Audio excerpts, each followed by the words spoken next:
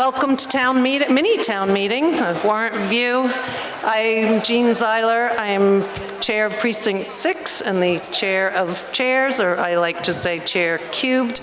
And I'll have our chairs introduce themselves. Go down. Well, we'll start at Precinct 1.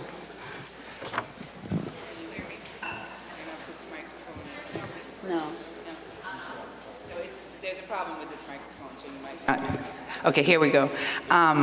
There's going to be a problem with this microphone potentially throughout the evening because there's some malfunction, so hopefully there's a budget item to replace it in the future. I'm Meg Duncan, I'm chair of Precinct 1. Jim Sullivan, Precinct 2. April Wilmar, chair of Precinct 7 and vice chair of chairs. Molly Uppingham, chair of Precinct 3. Christy Urelli, chair of Precinct 5. Jim Driscoll, chair of Precinct 4. And first of all, I'd like to congratulate everybody who was elected and re-elected and welcome new members of town meeting who are here. And in that vein, I'd like to thank our town clerk, Paul Munchbeck, and his team for another well-run election. Seemed well-run from our perspective anyway. And I also would like to thank our town leaders and our town manager and police chief, fire chief, all the people who have come out tonight to answer our questions. If you were here earlier, we'd thank our school leadership also for giving a presentation on their budget. It's very helpful and sobering. We want to specifically thank FinCom also for being here and for their presentations they gave us at our town reorg about what we're facing in the town. It's very helpful. They also passed around a memo that everybody should have gotten about their reasoning, where the budget stands. And I want to thank Rita Mae Cushman outside with the cookies and the coffee, so make sure you help yourself to those. She very generously organizes this every year, twice a year, yeah. 4 times a year, actually. And I'd also like to thank the people who helped us with this setup tonight that we're trying out, the audiovisual in general. Kevin Kaufman, the school IT person, who's very patiently met with some of us and explained how this would work and is making it work, when hopefully we're making it work. And Heather Kirby from the schools also. And I'd like to thank our town staff who also have helped with this, particularly Doreen Lebrecq, who is womaning the Zoom down there. Hopefully it will work and she doesn't throw the laptop at us at some point. I know people if we would like to take a moment of silence before we plunge in, there's plenty to think about in the world, so we'll do that now.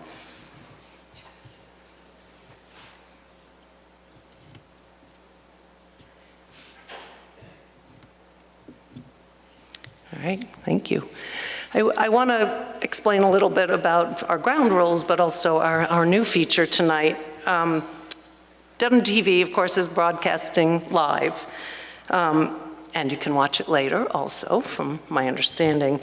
We've also, for the first time, set up a Zoom, so people who can't make it tonight can ask questions. So the purpose of the Zoom, or how we have it set up tonight, is just to enable people who can't be here to ask questions or make comments.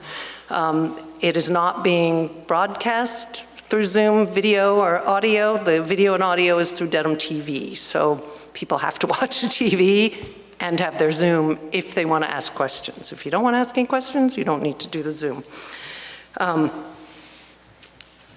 So just make sure, if you're wondering why you're not hearing anything through Zoom, that's why. You're not going to hear it through Zoom. And the questions are going to have to be submitted through the chat function on Zoom, or comments. You can type them in, and Doreen is going to let us know there's a question. We're going to take it, the articles one by one, Usually we have the chairs can ask questions, and then we will put it out to the floor to ask questions, and then if anybody on the Zoom has a question, we'll turn to those. So we've never done this before at many town meetings, so we're asking people's patience and kindness that we hope it works. And of course, everybody has an opportunity to ask questions and comments next week at town meeting. So our goal tonight is to just go through the articles. That's what our role is. Understand them, ask any questions. Mini town meeting is an information meeting. It's a discussion forum. We don't take any votes tonight. All of that happens next Monday. We have 18 warrant articles. We like to get through it in one night, so ask for patience, as much patience with Article 18 as Article 1, so we don't have to come back. We wouldn't come back for this, but next week, town meeting. And as I said, I'll just go through them in order, and people want to come up and speak or ask a question, make a comment, you can do so. We're asking people to speak into the microphone, which is the way it's going to be recorded. So there's a microphone in the middle of the passageway there, or you can come up to the podium. And if you could just state your name and your precinct number, that would be great. Which goes for the people on Zoom also. And of course, we don't have a real time limit, but we do ask people to be succinct so we can get through this. We will have, it turns out to be Article 18, a brief presentation by the supporters of that article, and then that will be open to questions also. I did want to ask before we start, there's been a question raised, and I'm going to ask Dan Driscoll if he can give us a little explanation of what articles get a majority vote, what issues get a different number, a 2/3 vote, so people can understand briefly. He does say he's going to talk about it more next week, but we'll get a little primer here.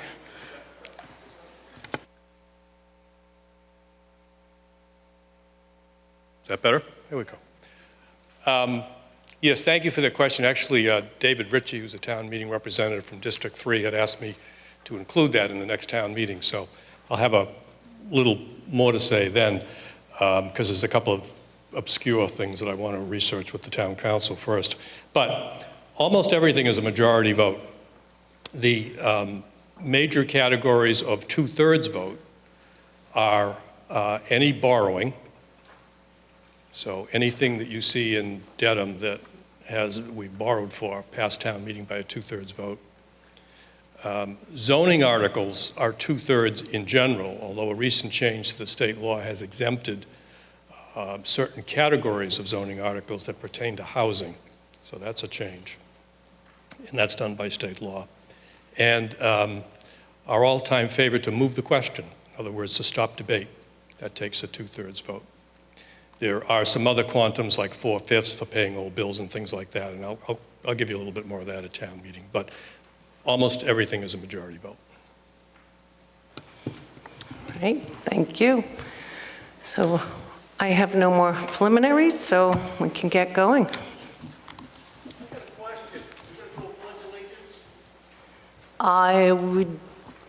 You're welcome to say it. I don't do it formally, but people are welcome to do the Pledge of Allegiance if you like. I pledge allegiance to the flag of the United States of America.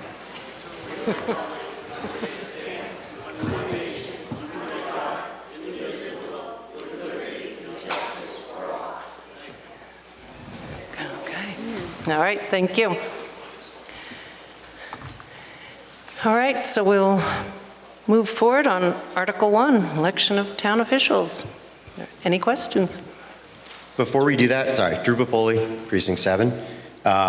It's not an article, but under the general fund summary on page 3, I'm ecstatic to see that the state aid has increased from 11.4 million to 14.1 this year, but does this contemplate the 3% unrestricted general government aid that is currently being bounced around in the Senate for the fiscal year 25 budget.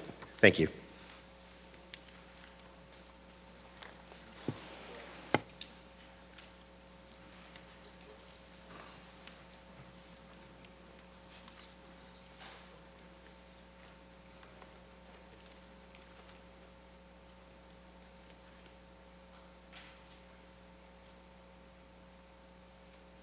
All right. John Arnett, Director of Finance. I'll keep it short and sweet, but the answer is yes, it is included in that.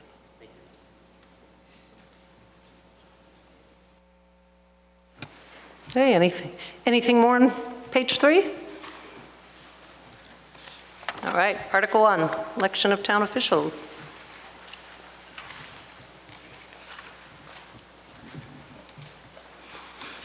Article 2, personnel bylaw changes and bargaining agreements.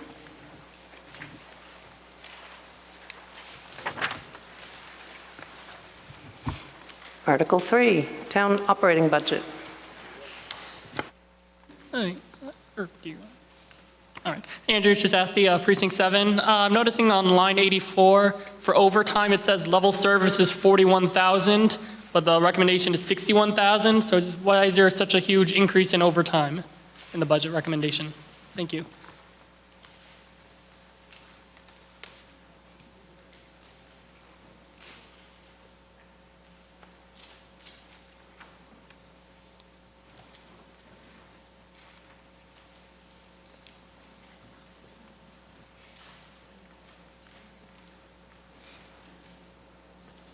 Hey, Matt Hafner, Facilities Director. It actually is level services. They were using a different line that wasn't appropriate, that we were billing overtime to, so all we did was move it so it's overtime is for one, it's in the proper line. So there's no increase on that.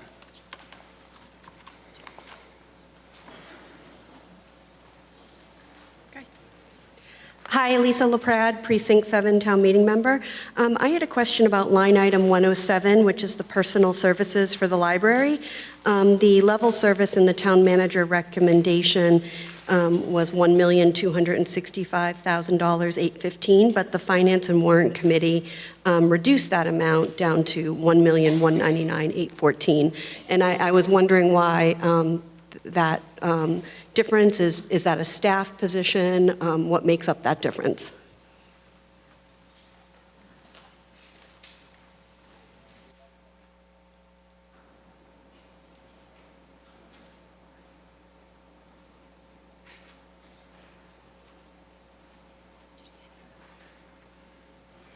Is it working? Okay. Leon Goodwin, Town Manager. That is actually a staff position. There were 5.5 positions that are currently vacant that part of the reductions recommended by the Finance and Warrant Committee include defunding those 5.5 vacant positions. So that is one of them.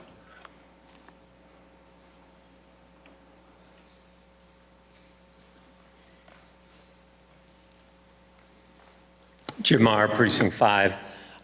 Leon, can you tell me where the $500,000 for mandatory inspections of our houses is located?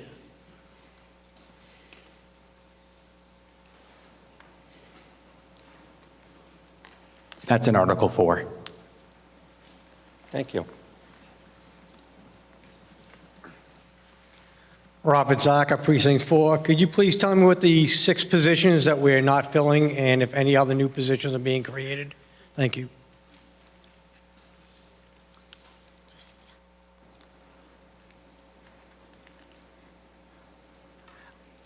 I kind of like getting my steps, but I might just stand up here.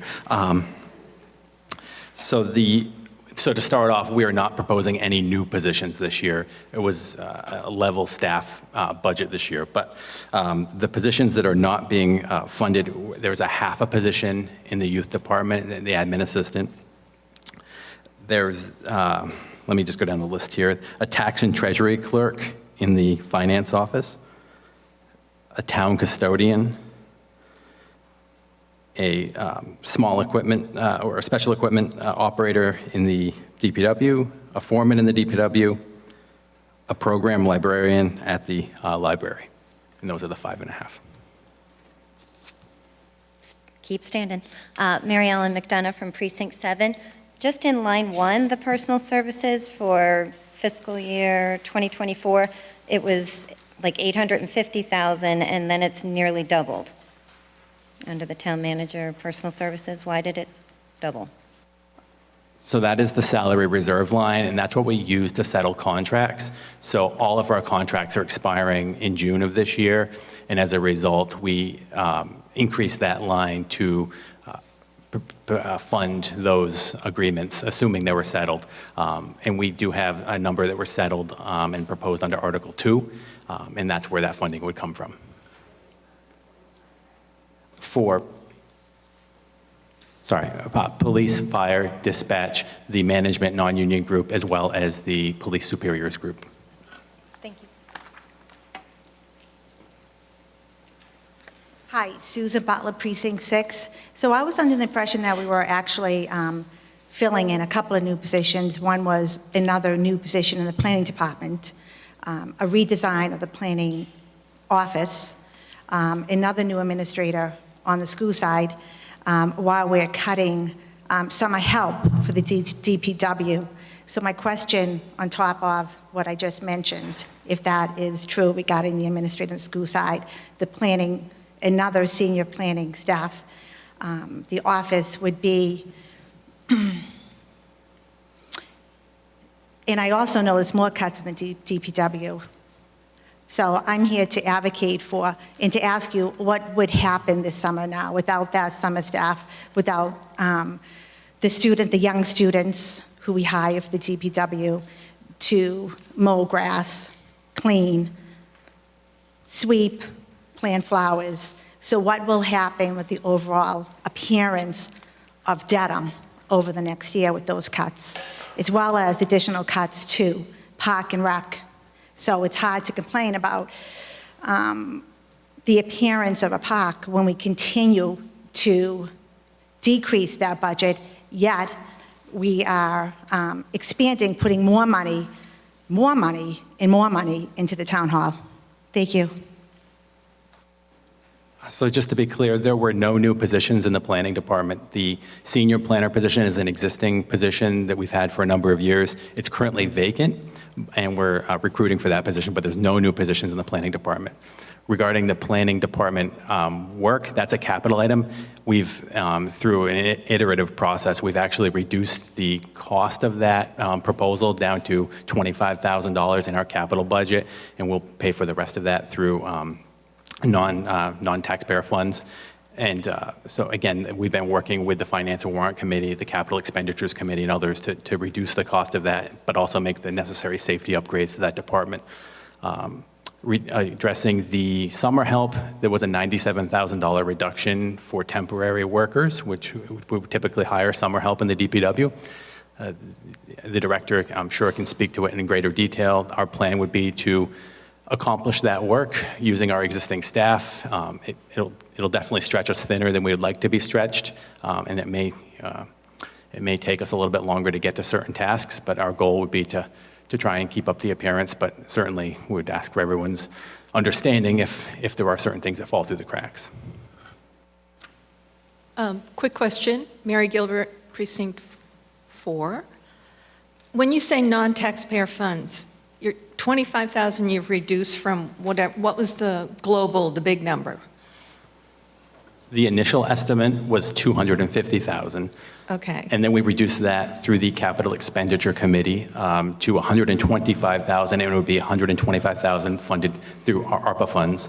And now we are at the most revised estimate that came in. We believe that we can accomplish the work for just under $150,000. We will use $125,000 in ARPA funds, and we'll use the $25,000 if approved through the Article 4 budget.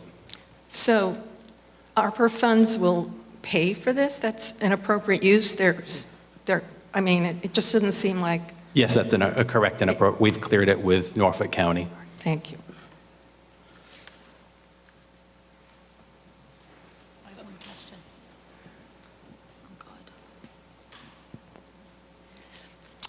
Hi, Susie Short from Precinct 2, and I just have two school budget questions. We just sat through the school presentation, and they had said they were asking for an 8.06 increase, and all the things we see on here are down to 7.85, and I was just curious what the difference in that was. Sure, and I'm going to try and keep this as simple as possible. The 8.06, using the same baseline number as the town, actually equates to a 7.75% increase, and that's because we started from slightly different places. The town included operating capital and the schools did not, and that's about a $150,000 difference, and that, as a result, that's the slight difference in the explanation of the percentage increase. Overall, the budgets are strikingly similar between what was approved by the Finance and Warrant Committee and what was recommended by the school committee. In fact, the Finance and Warrant Committee recommended budget is slightly higher than what was requested or recommended by the school committee. Okay, thank you. And then my other question was the difference for the regional school districts between what the town manager was proposing and what the Warrant Committee was proposing. It's like double the amount, so I was just curious what was missing from the town managers, what was added in on line 868, sorry. Those were estimates at the beginning of the year, and then we have the trued up numbers as we worked through the process. So the Finance and Warrant Committee number is the true cost of those.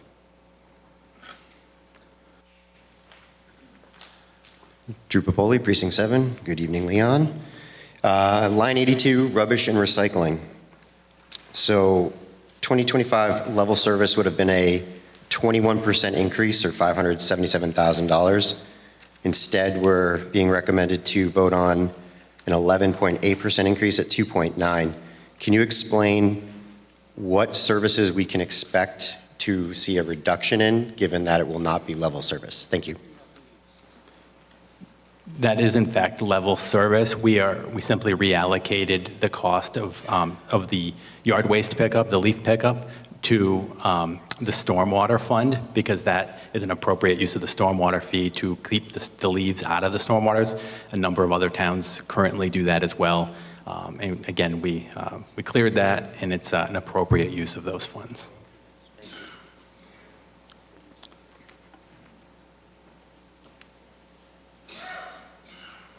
Bob Laporto, Precinct 5.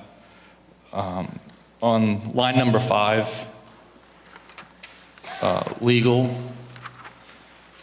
So for fiscal year 24, it says $285,000. There's on the on the line item transfer, there's $200,000 plus more for legal. So is this really, was last year really $400,000? Is my first question. When you say last year, do you mean? Fiscal year 24.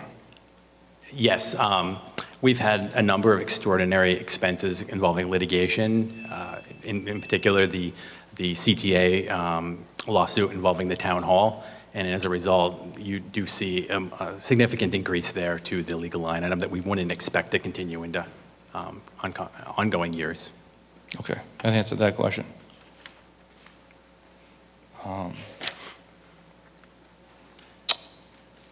For the school budget, it's gone up around 23 or 24% in the last 3 years.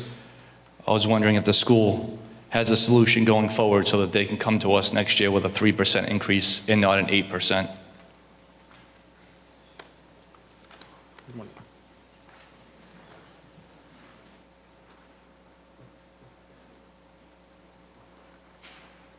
Hi, Ian Kelly, Deputy Superintendent, Finance and Operations. Bob, I mean, the short answer is we hope that these extraordinary costs that are out of our control start to get back into normal ranges. So when we did the presentation just in the hour preceding this meeting, our normal operational costs are somewhere in the ballpark of just north of 4%. So if these extraordinary costs were not a factor, we'd be here in front of you with a 4% budget. So, you know, certainly we are doing everything in our power to pursue. Last year, one of the extraordinary costs was utilities, you know, just a massive increase in particularly electrical and gas costs. So we are pursuing solar installations at our schools to really contain and provide predictable utility costs over the next 20 years. Our transportation costs, I was talking earlier, we have a bid out to get this reined in so that we don't have unpredictable transportation costs moving forward. So we're doing everything in our power. Some of these things we can't control, unfortunately. If we could, we would. But I don't know if that's helpful, Bob, or if you'd like any more information. Thank you. Sure.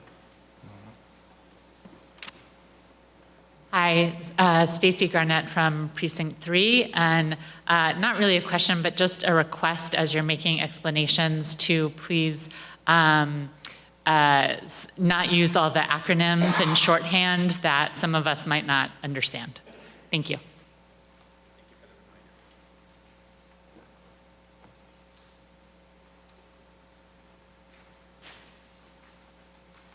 Hi, Lisa Sheehan, Precinct 6. I was curious on line 19 in the technology budget, or technology department, excuse me. What is the operating capital? I see there's been a reduction from the town manager's budget to what finance and warrant approved. Thank you. Is that the wiring project?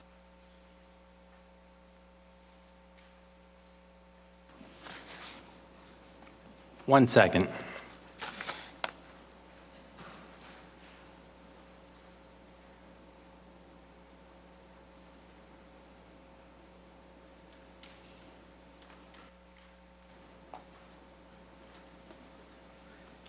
The remaining $13,400 is to purchase a plotter, a wide format plotter for one of our departments. The reduction you see there is, again, when we started this budget process, we had anticipated needing funds to do, I believe it was a wiring project, and we were able to do that with the current fiscal year budget, and you saw the reduction there. Hi, Stephanie Matern, Precinct 4. Just have a question on line 81 about the snow and ice expenditures for this prior year, seeing as we didn't have any. I was just wondering if we had actual numbers of what we spent as opposed to what we budgeted. Thanks.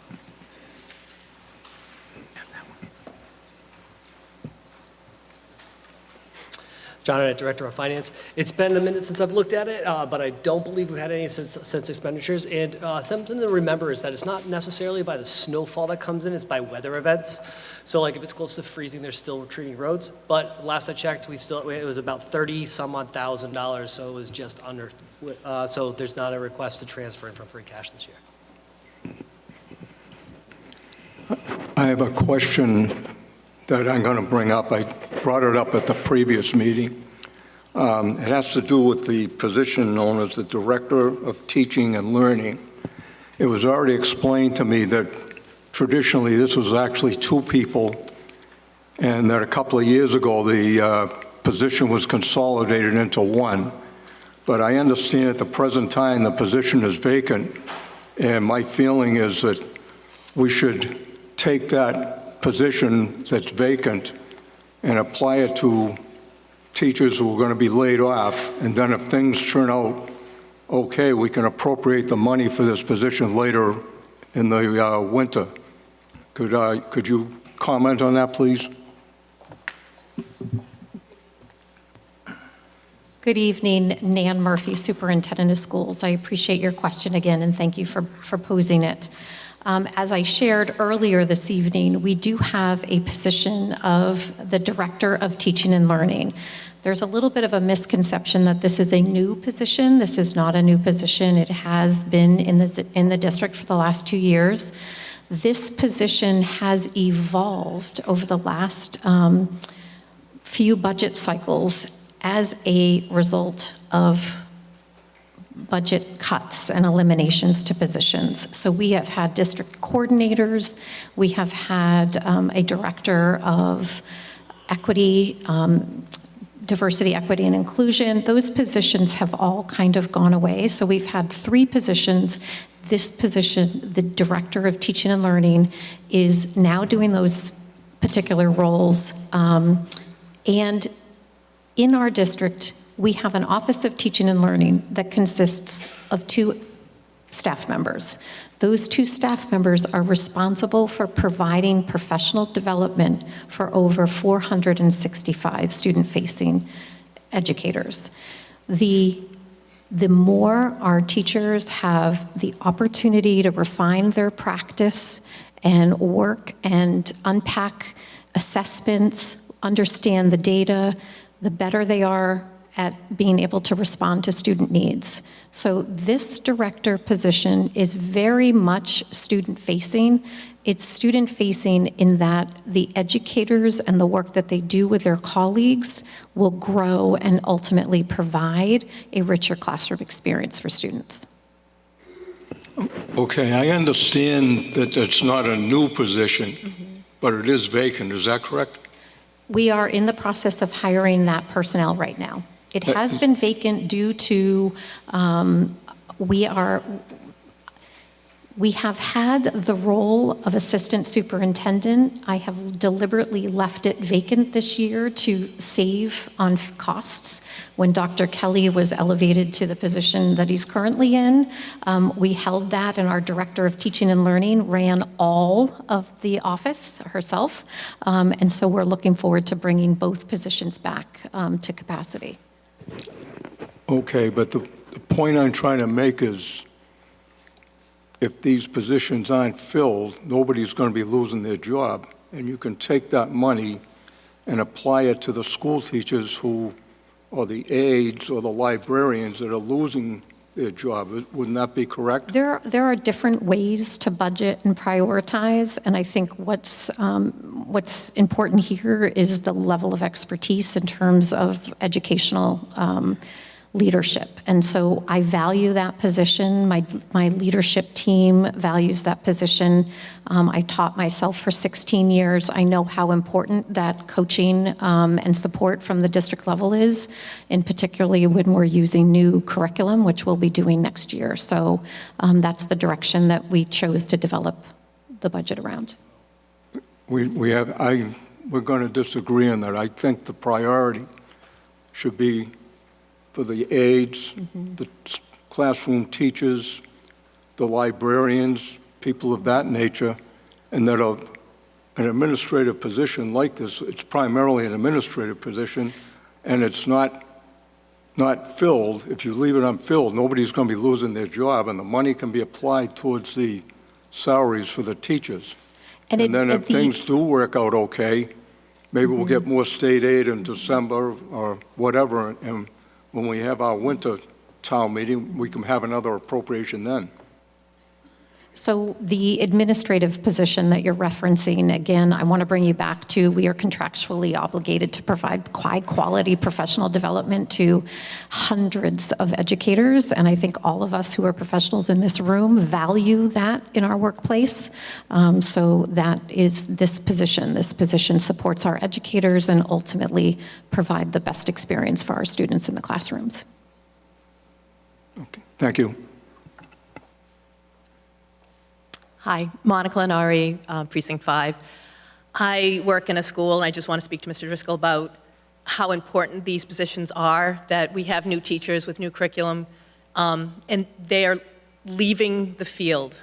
We had 42 staff leave this year in my school because they don't have coaches, they don't have curriculum people helping them on a day-to-day basis. So school isn't the same as it used to be 10 years ago, 5 years ago, and it's really important that we keep the educators that we have. So it's super important that we have people like this coming into your classroom, giving teachers pointers, giving teachers, just a quick, this is a way to teach this child. I can observe you for 15 minutes and give you so much feedback. If you don't have these people, teachers are drowning and they're walking out. So I understand we don't want to lose a librarian, we don't want to lose anyone, but we're going to lose teachers year after year after year if we don't have these people giving them the feedback and giving them the coaching they need.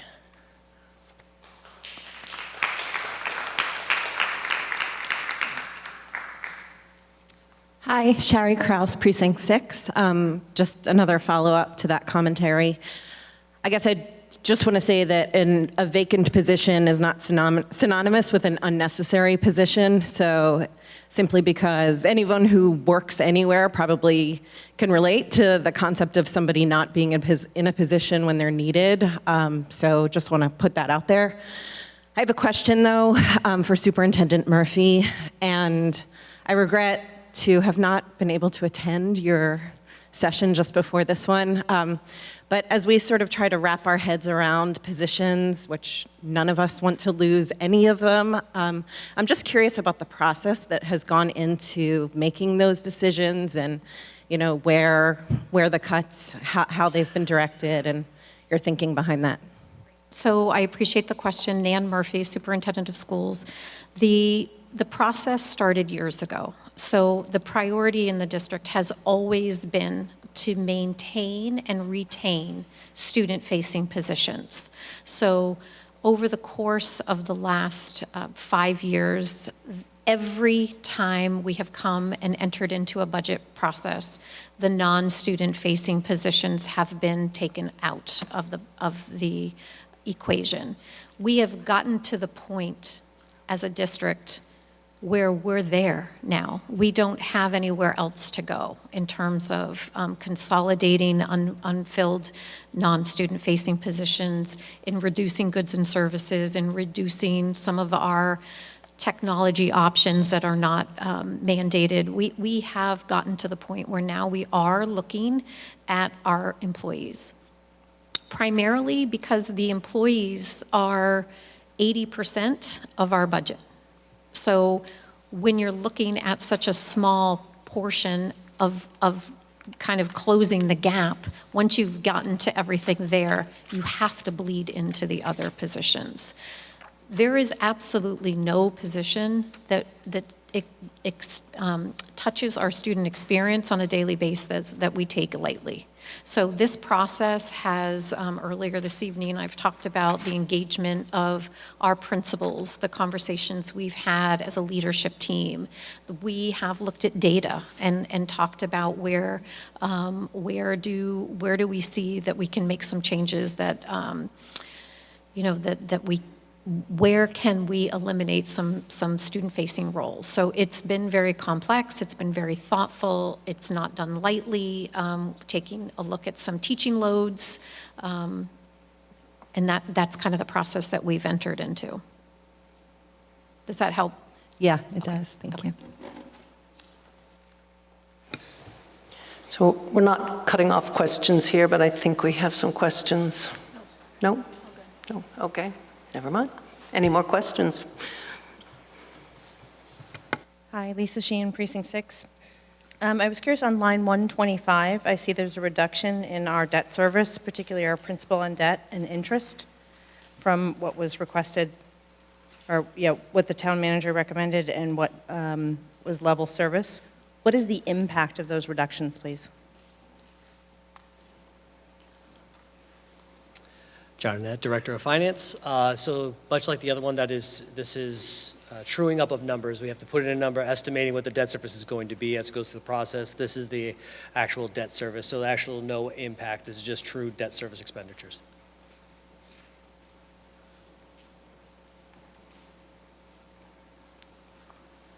Bob Laporto, Precinct 5. It would be line item 47, the fire overtime. So there's a line item transfer this year for Article 6 to move 50-something thousand over from education to overtime. In the last 5 years, 262,000 have been moved from firefighter education to overtime. Should we just correct these items and just put that money, move it from education, put it in overtime? And how much education are our firefighters losing out each year?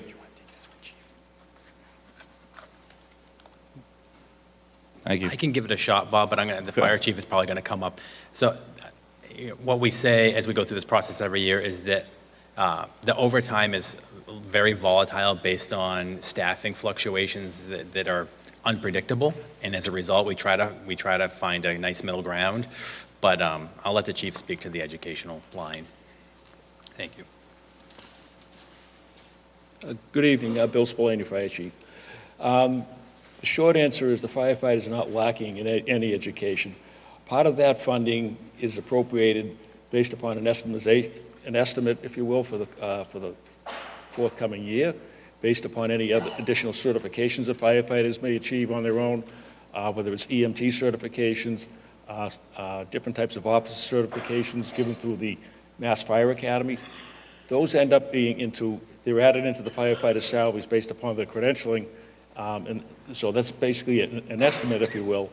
If we don't spend those monies, that's there, and that's part of the money that we can transfer over into the overtime account if necessary. So the fire department does not need additional funds for education? Yes. Not any additional from No. from what my request is, no. Okay, thank you. Sure.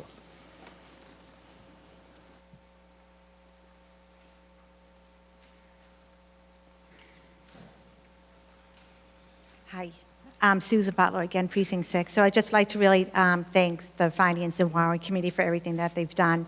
And I think following up with Lisa Sheen's question, I think we've seen about a 23% real estate tax, property tax increase over the past 3 years in the town of Dedham.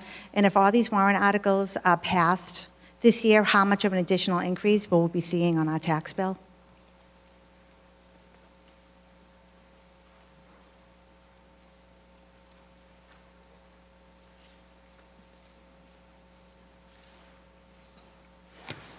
I just want to jump in and ask if, when you're answering the questions, if you could just state name and who you are. And some people get closer to the microphone. We're having a little bit trouble hearing. Very good. Leon Goodwin, Town Manager. And appreciate your question. And to sort of to like the schools have said, the last several years have been extraordinary in many ways. And to provide level services in town, it's cost us significantly more than we've ever had to pay year over year. And we believe we are providing good value to the residents, but we have seen increases that are higher than any of us are really comfortable with. So again, I also appreciate the work of the Finance and Warrant Committee. So if the Finance and Warrant Committee recommended budget were passed with these warrant articles presented here this evening, the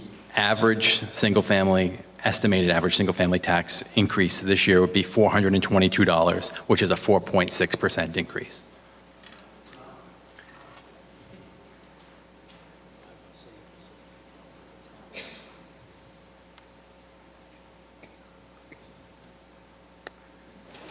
Oops. This working? Great. In the correspondence you received from the Finance and Warrant Committee through your district chairs, the figure, and we are including in our figure that we put forward, the proposal in Article 2, which is the collective bargaining. If that is included in the warrant and in our recommendations, and that includes within our recommendations, it would be an approximately 5% increase of $459 for the average residential taxpayer.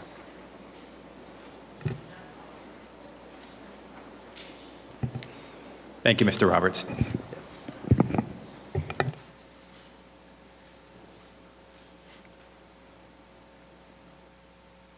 Thank you, Chair Roberts. And what is the average tax bill right now in Dedham? Do you have that? The average single-family tax bill for FY24 is $9,244. So we'll add on another 550? Is that what you said? 459. Thank you. 459. Should I say what the average is?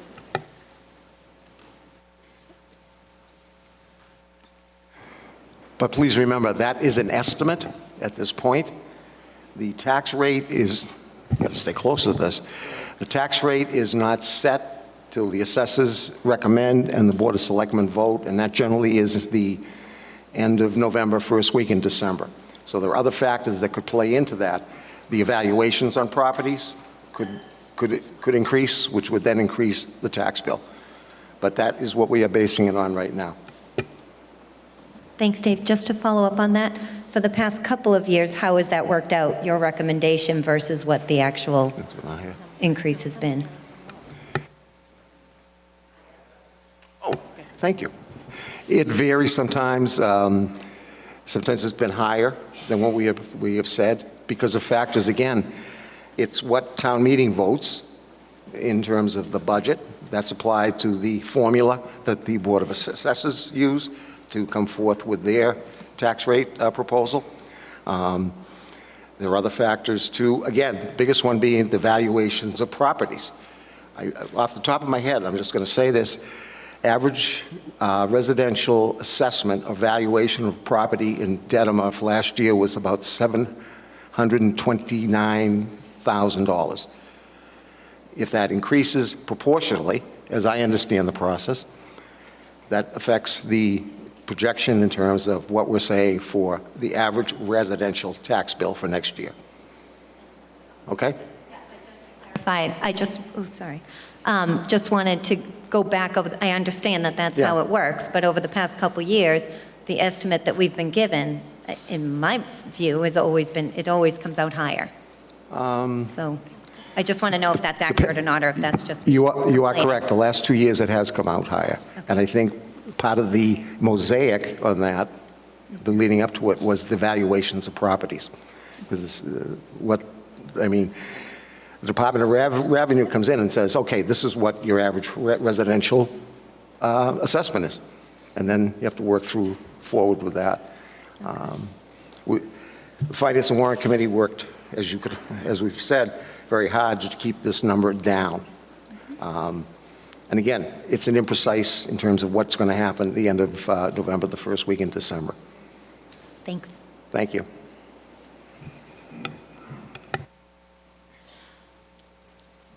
Theo Coburn, Precinct 6. Budget.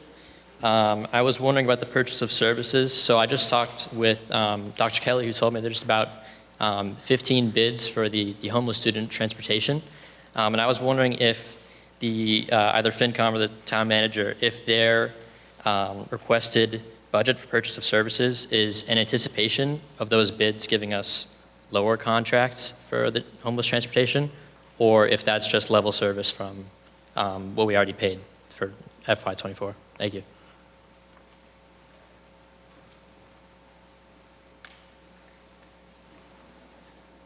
So the town manager's budget and the Finance and Warrant Committee's budget is inclusive of the projected cost for transportation for next year. So I had explained earlier, in F24, we budgeted 1.2 million, and we are going to wind up expending about 2.4, given the uncontrolled transportation costs. So this budget is inclusive of roughly 2.4 million in transportation costs into F24. So it does include the projection that we may need to expend as much, but we will not have the bidding process complete for another bunch of weeks, so we won't know what that will bear in terms of controlling the costs until then. But is it possible that we might actually see a decrease in transportation costs if we get a bid that's better than... That would be the hope, absolutely, yeah. Certainly in the future, these are not sustainable transportation costs. So the hope would be to control it, but as I was saying, when we were talking, the bid process, the intent is to control. The one factor that is working against us is the market. So my concern is that the bids may all come in looking roughly similar, given the market in the kind of Boston, Metro West area for transportation costs. Thank you. You're welcome. Thank you. Jim Sullivan. Dave, Finance Committee. From how I understood, it was explained to me about we get the total levy as far as property values and tax rate. You get the total levy, which would be the dollar amount it requires to run the entire town. And then you work backwards with the assessed value and the property rate, or the tax rate, to come up with the value. Is that not accurate?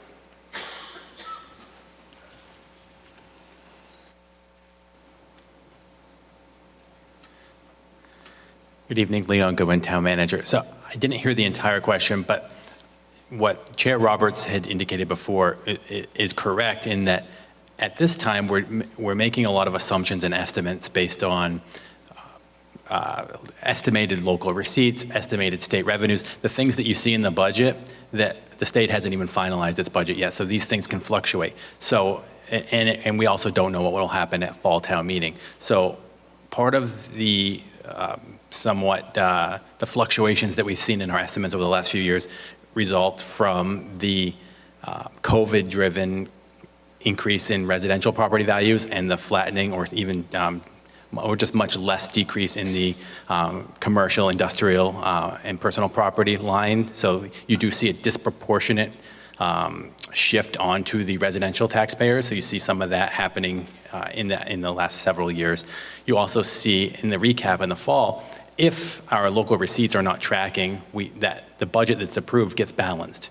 And what that means is that more goes on to the levy because we don't have those other receipts coming in either from the state and via grants or via our local revenues via fees and fees and costs and things like that we raise from cost for services. So it all gets balanced out in that fall time frame.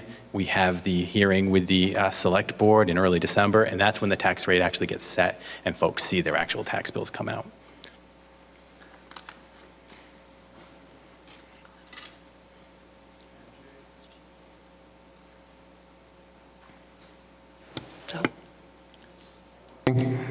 Thank you. Just to clarify Mary Ellen's question, referencing the last 2 years, but in our collective experience on the Finance and Warrant Committee, there have been years where we have recommended or thought there would be a 4.2%, and it actually comes in less than that. Again, as Mr. Goodman mentioned, there are a lot of factors that play into what that final rate is set at. Thank you.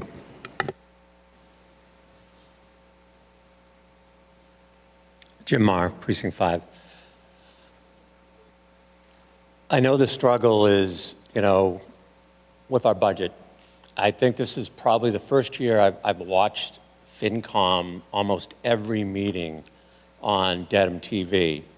And the anguish of what's happening financially in this town, the burden has really fallen on the Finance Committee to make some tough decisions. So my question is, Leon, is all the fat out of the town budget?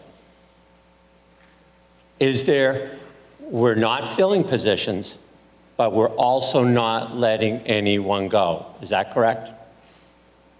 That is correct. Nan, could you get up, please?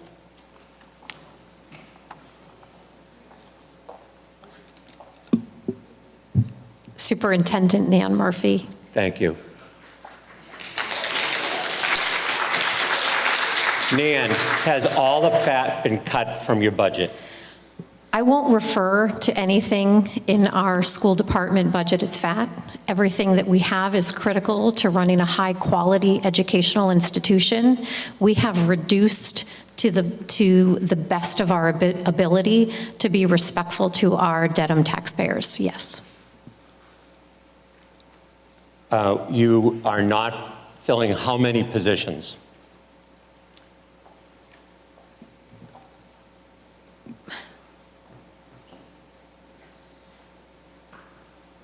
We notified 9 employees slightly before the April break that they would not return next year, and we are not filling 4 other current vacancies, so 13 total at this time.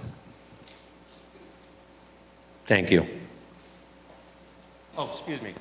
Have you laid anyone off? Those would be the 9 I referred to, we notified before break. Okay, thank you. Hi, Vivian Daly, P2, town meeting member. So I know, I'm looking at the Youth Commission budget, and I know you mentioned that there was a part-time role that wasn't going to be filled, but there's a 10% decrease from level setting. So I just wanted to understand what other services would no longer be available in the Youth Commission. Can you let us know what? So it's line items 99 through 102.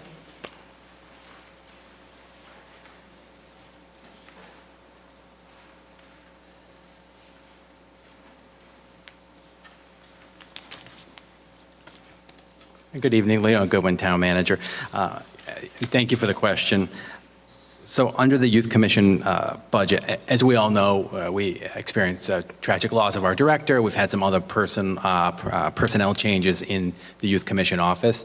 So there are no cuts in services. There were several proposals under the town manager budget to fund things in different ways and actually, in many ways, expand the level of service. So the Finance and Warrant Committee recommended budget does not cut any existing services from the Youth Commission, with the exception of that the half-time that's being cut from the admin position.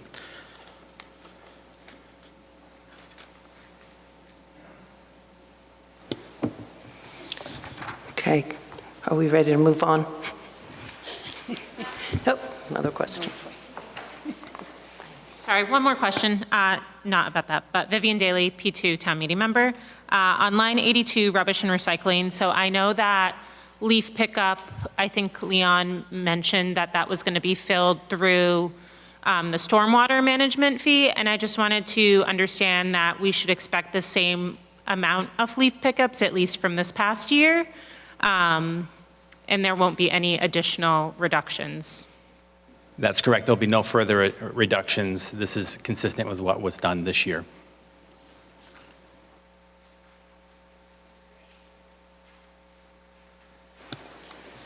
Okay, any other questions? Jean, I have one. Okay, we have one on Zoom. Yep. Joanne from Precinct 5. Can you guys hear me? Okay. Why is there a spike in costs related to recycling?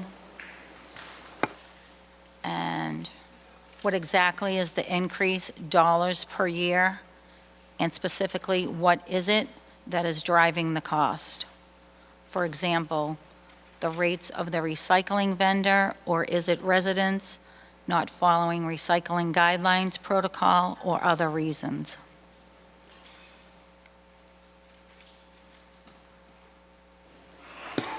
Is there a mention of what line we're looking at?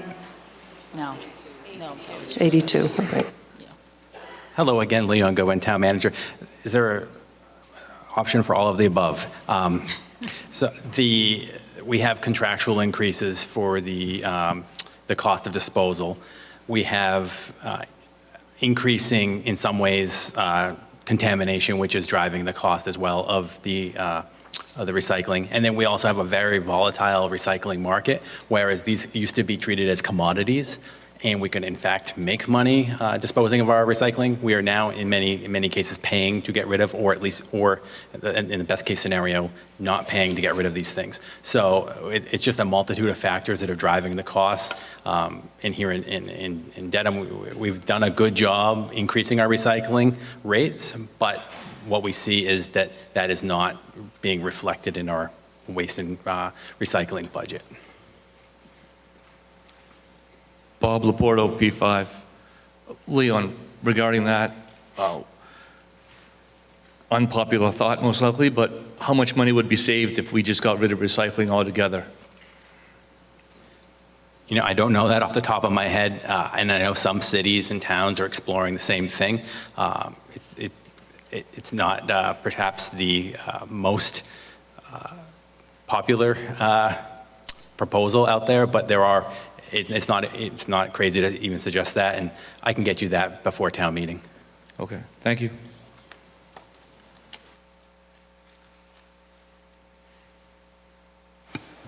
Anything else? Okay. I think we can go on.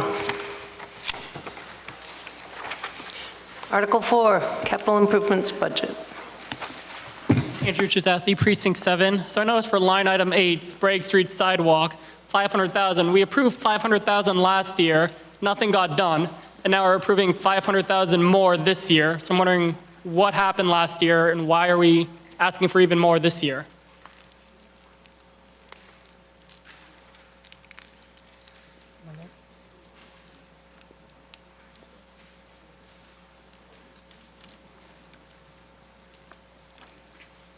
Here he comes. He's coming.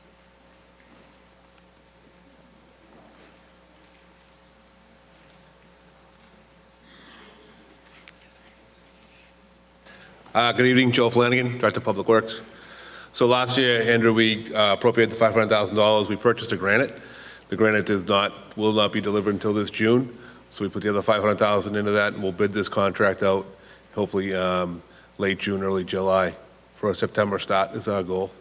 And we'll go most likely from Green Lodge Street down the right-hand side to probably down to the Hooper Road.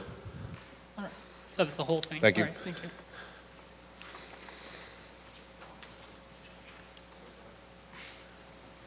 Good evening, Carmen Iacono, Precinct 4, and for the record, an employee of the town of Dedham. I have questions on the capital budget for line items 4, 21, 24, and 26. So if I could just start with 4, and Mr. Goodwin is exercising to get up there for the discussion. Thank you. First off, thank you to everyone that has done their due diligence putting this together. The document is in perfect shape to explain, and it's easy to read, so I do thank everyone for putting their time into it. On line item 4, thermal imaging cameras. So currently in the town of Dedham, there's 4 groups within the fire department. Can only assume that they want a camera for each group, but it's recommended that 2 cameras be purchased. Being one that's been out on those response calls, and I hope that everyone in this room and everyone in the town never actually meets the fire department. They're a great group. They really do a great job. We have the best with police and fire. We really do. But you don't want to meet them unless you're going to say hi and maybe in a kid's day. But the imaging cameras have actually found out through walls potential fires with whether it's wiring or whatnot. And to me, it is something that shouldn't be shorted by 2. Each group should have their own. Even if the older cameras still are in good working condition, I'd have to think these are state-of-the-art cameras, and I would ask that another $22,000 be found by next Monday to fund these for the groups, Mr. Goodwin. I know that's not your recommendation on this. It is recommended by the Finance Warrant Committee. So it just a word on that one. It's just I think we can find $22,000 to fund all 4 groups on behalf of the residents of the town. Okay? Thank you. On 21, Town Hall planning, I know, Mr. Goodwin, when you get up and had mentioned the ARPA, and I get what you mean, but it really is taxes. It's just a different bucket of taxes. So the ARPA money it just didn't grow somewhere. It came from a tax fund somewhere. And to try to allocate it on that, when I just mentioned we're looking for $22,000 on something that's really life-saving, to put into a building that it really isn't that old. We put a lot of time and effort into constructing that building, and I understand that it's out there as a safety measure, but that is constructed the exact way that it was asked to be constructed. And I know that you weren't here at the time, and a lot of people weren't, but that particular office is constructed in the exact way of all the time that went into those plans to be constructed that particular way. So I just wanted to be very clear that ARPA is a different name, but it is still tax money. And on item 24, Dedham High School C-Wing upgrade, $1.4 million for wiring. So I did mention I am an employee of the town. I'm the wiring inspector. Part of my job is actually to review when given plans, anything like that, if stuff needs to be done.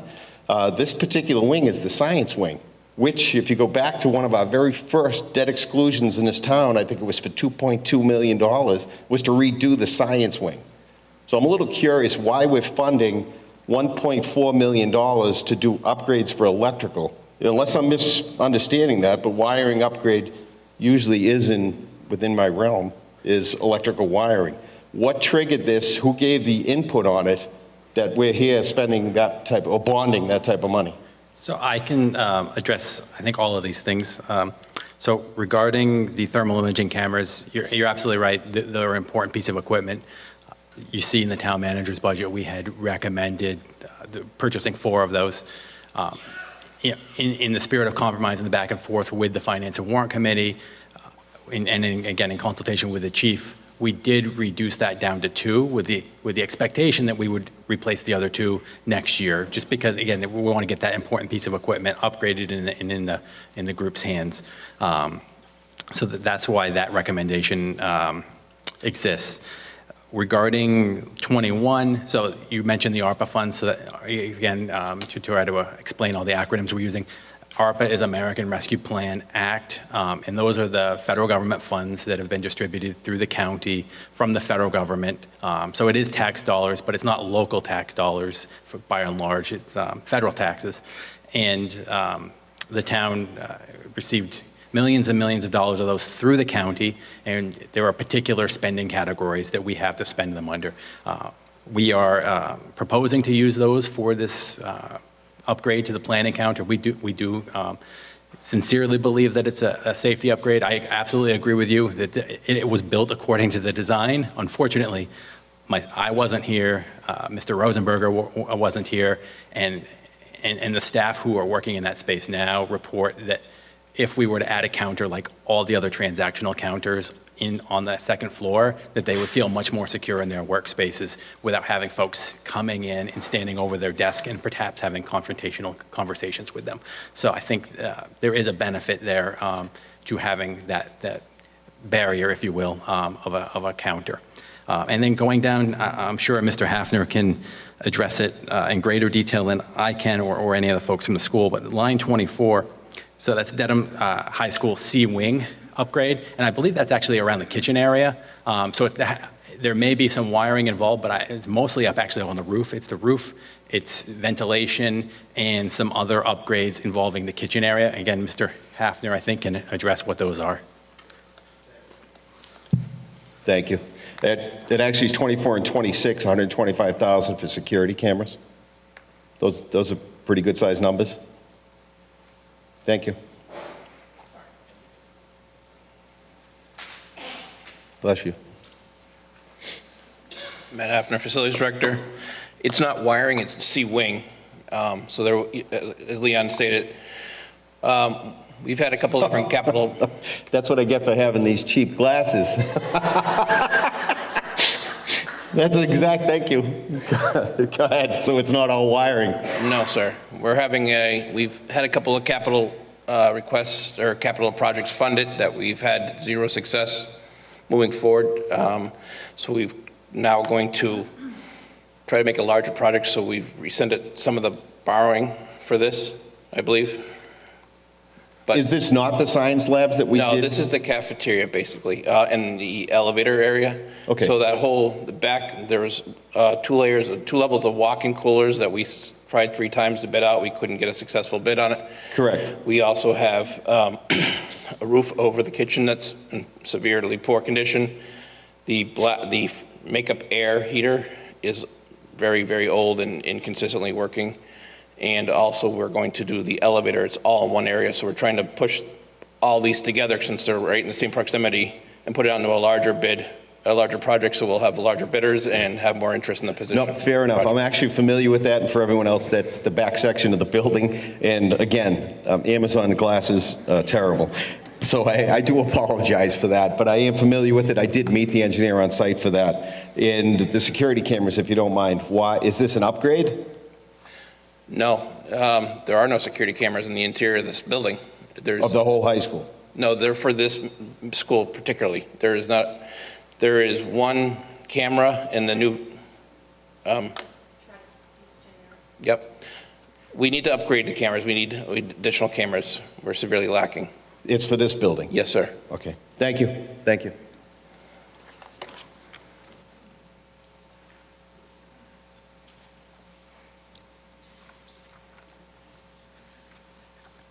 Hi, Mary Gilbert, Precinct 4. I do, again, not to beat a dead horse, apologies, but on line 21, when I read this, it looks like you're just spending $25,000. It isn't clear that you've found the other $100,000. You've told me that, but looking at this, could perhaps in the future you could put a column that says grant or ARPA funds, and then I wouldn't know. I would think it only costs $25,000 when I look at this, and it's actually $125,000. Is that correct, Mr. Goodman? So in fact, it's $150,000 because we're asking for town meeting to approve 25, and we've allocated 125 through ARPA, or up to 125. Okay. The reason why we don't show it, we're trying to avoid confusion, and the town meeting doesn't vote on the expenditure of ARPA funds.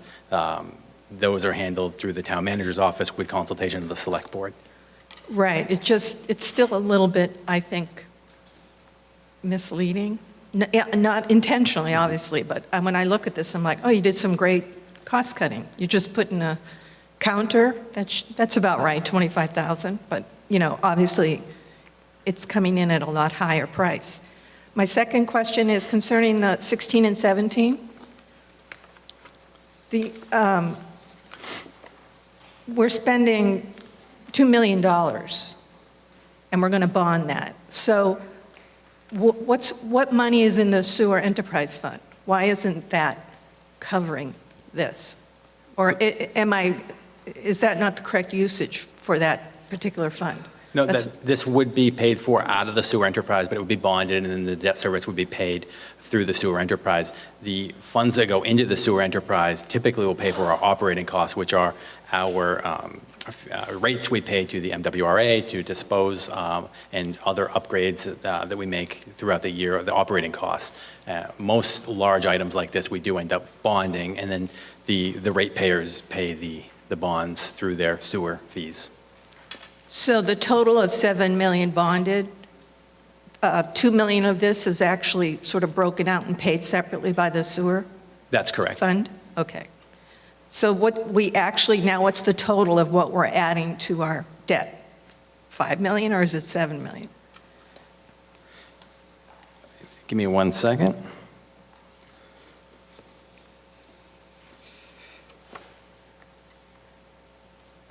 It would be just over 5 million, because we would be backing out that 2 million from this enterprise fund. So yes, it would be about 5 million bonded through the operating budget. And now what is our total under debt?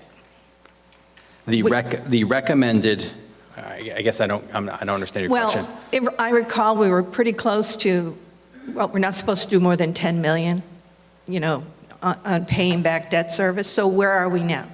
Because we were like at 8 million or 8.5 million? We're at we're just over $13 million for our debt service. We have a town policy to have a floor of 5% of our operating budget and a ceiling of 10% of our operating budget as our debt service. So we are under the 10% this year. Again, I don't have it exactly in front of me, but we are safely within the policy. But it's something that we are cognizant of as we put together the operating and capital budget every year. All right, and I don't mean to be kind of a wise guy here, but I don't know what's safely within the debt. Like, are we, you know, like... If you give me 1 second, I bet I can get the answer from my finance director or my management analyst here.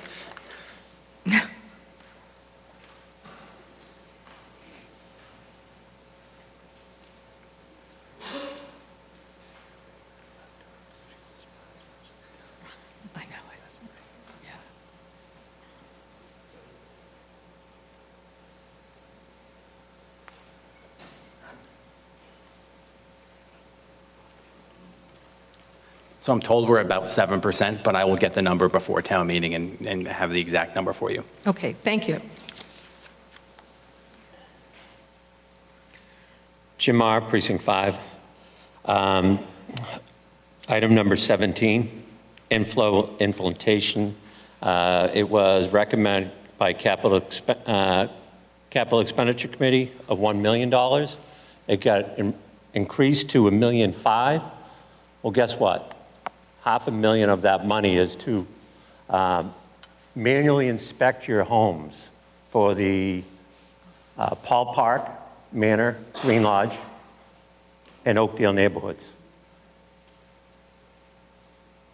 We're going to fund something and then not know if we're going to actually do it, because people don't understand that this is going to be a mandatory inspection of your home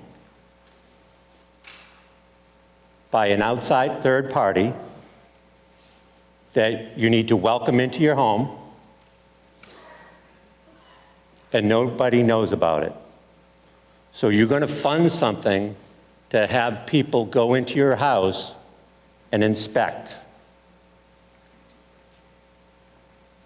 There are individuals in my neighborhood that won't let you in.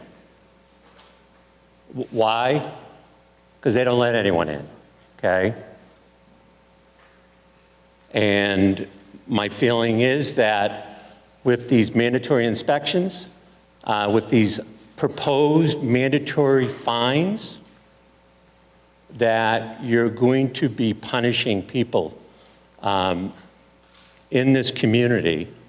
You're going to be imposing fines on them that they know nothing about. And you're asking town meeting to do that. Hey, Jim, do you have a question? Yeah, my question is, not my question really, is going to be, I want you to know what you're going to possibly fund next Monday. That this $500,000 is for inspections. And you need to be prepared to answer the people that voted you in. Why did you vote for $500,000 to have people come in my house without my authority? We could use that $500,000 a lot better at the school department. Thank you. So I will, Leon Goodwin, Town Manager. So first of all, we couldn't, unfortunately, we can't use those funds for the school department as much as I would like to. They're sewer funds.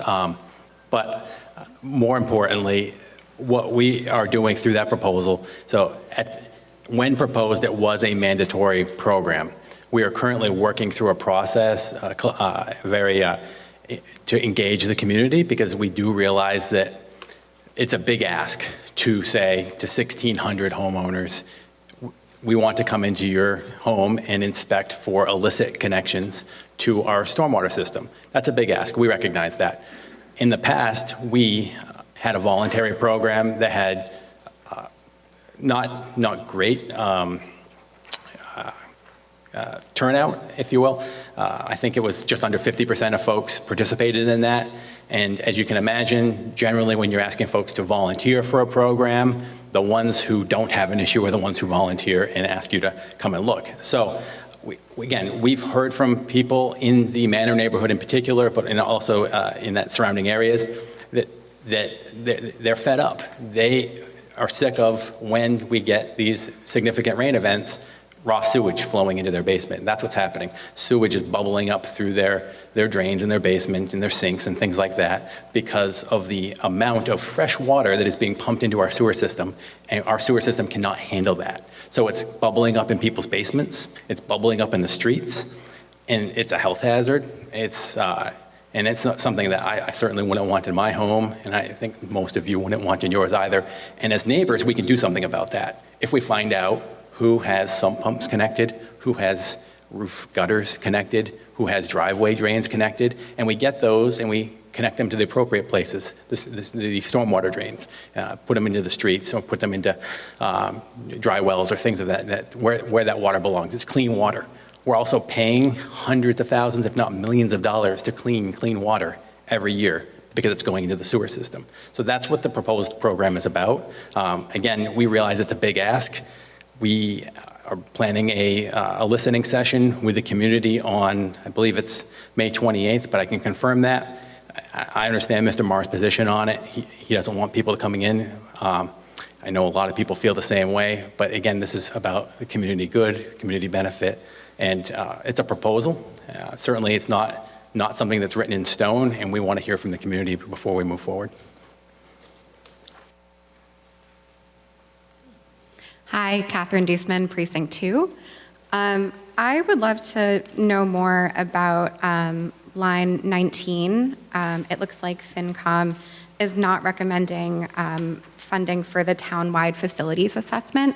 And so I was just wondering if we actually do have any sort of plan to understand the condition of town-owned buildings, or is the plan to just kind of wait until things break and then try to find money to fix it? Would love to hear more about that decision. Thanks.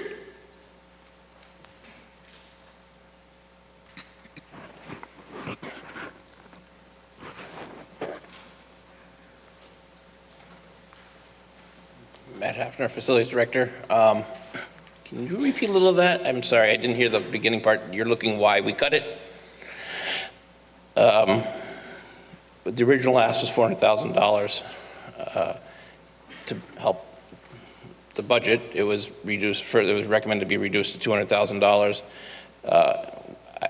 I really feel passionate. We want to do this as one project, and we're going to wait for a future year to ask again when it might be a better time financially to ask and have this done.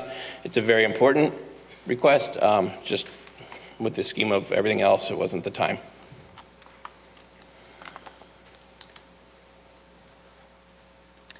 Hi, Danielle DeLuca, Precinct 5. I'm wondering, related to line 7, if we could hear a little bit more information on what the road, sidewalk, ADA 504 transition plan is, and some more specificity of that 700,000. How that is getting allocated.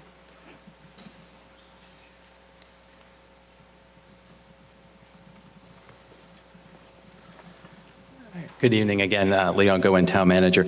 So this used to show up as our pavement plan, and we've recently updated the terminology because what we're doing is we're reallocating the funding in accordance with our 504 ADA plan to improve both sidewalks and roads throughout the town. And so on our website, we do have a list of sidewalks that will be refurbished or built, as well as roads that will be improved to keep up our pavement condition index.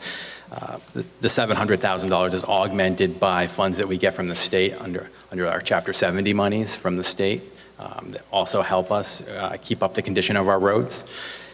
Again, I don't have on this evening the list, but if you navigate to the town's website, you can see the select board approves a 3-year road and sidewalk plan, and you'll see the roads that are programmed for FY25 and the ones we're currently doing in FY24 in sidewalks. Chapter 90, sorry, I was looking at the schools thinking Chapter 90, Chapter 70 is school money.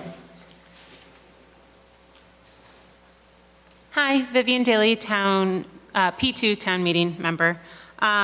So regarding the line 17, the inflow and infiltration line, I imagine that with the increasing extreme weather and rain, that's why we are having more issues with the sewage bubbling up and things like that. One, I guess, question, just maybe a question or just like recommendation I have is I know that for sunk pumps, they need to technically be flowing outside of the person's house, and they can't, if they're flowing, they can't be flowing over public ways because then they can freeze and cause safety hazards. One thing that I noticed our town does not have that some neighboring towns do is they also ask that they don't flow onto other people's property, or you do the best that you can to keep that from flowing onto other people's property. And I've talked to some people in town, and I know they've had issues with that, and I imagine if the sunk pumps stop going into the sewer, which seems to be necessary, and go outside into the stormwater or just onto people's lawn, that could become an increasing issue. So maybe we could address that in conjunction. Thank you.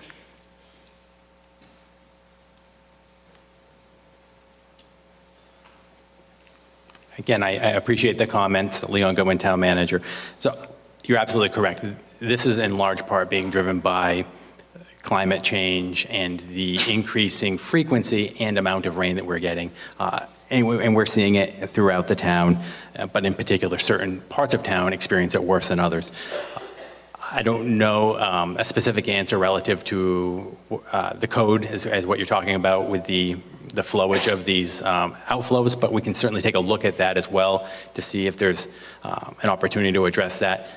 The inspections that we've discussed earlier this evening are really a data gathering phase so that we can see what the extent of the problem is and then try to come up with solutions, because we don't want to presume to know exactly what is going on. That's why we need to work with a consultant, do the field inspections, collect the data, and then make thoughtful decisions that work for our community so that we don't propose a one-size-fits-all solution to this problem. But again, you're absolutely correct. This is something that's happening in many communities. There are different ways of dealing with it, and The $500,000 that we're asking for, in addition to the traditional I&I ask, is for that. Dedham has had a great I&I program over the last many years. Jason Mamoni, who's our engineering director, can correct me if I'm wrong, but I believe through our I&I work that we've done, we've saved something to the tune of almost $20 million.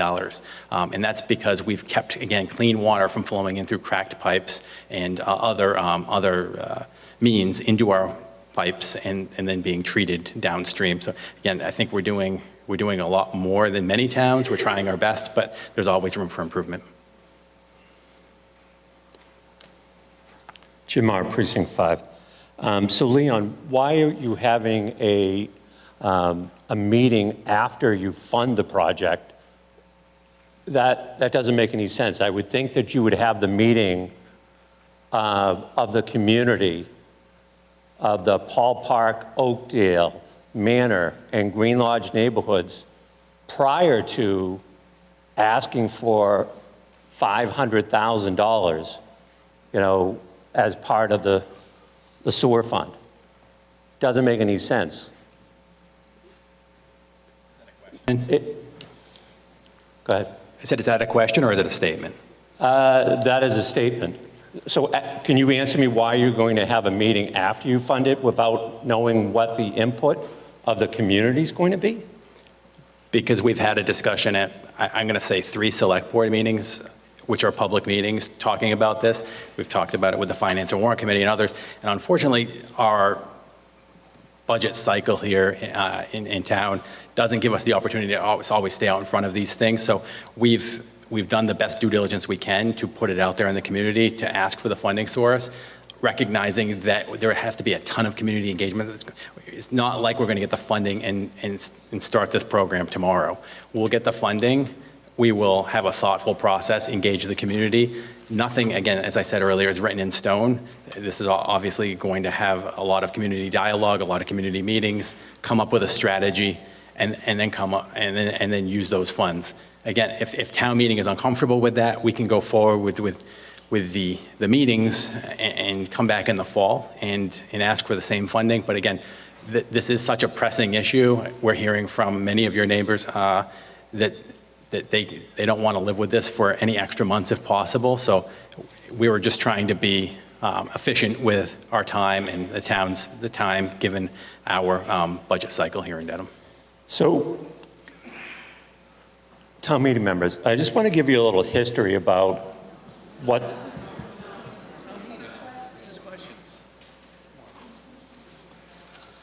So I think there's some concern we are only on Article 5. We can extend town meeting if we want, or we can just let people know that the Manor neighborhood takes all of the water and sewerage from Green Lodge, Paul Park, and Oakdale, and it pushes it through 2 pipes that go to the MWRA.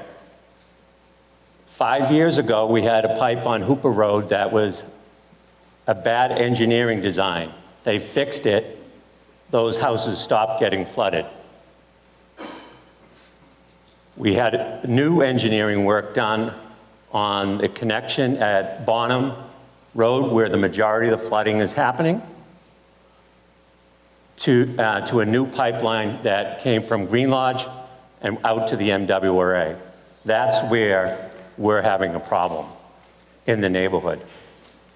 But again, it's not a Manor problem. It's water from Oakdale, Green Lodge, Paul Park that is causing a problem in the Manor. And that's why they're going to ask you to physically inspect your house. And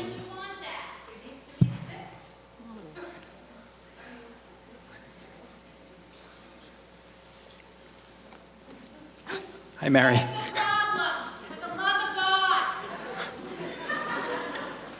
Hi there. Okay. I have another question. It's concerning line 24. So my question is it possible, I don't know how much of the ARPA funds are left. and I don't expect an answer, a direct answer tonight, but I would like to know that.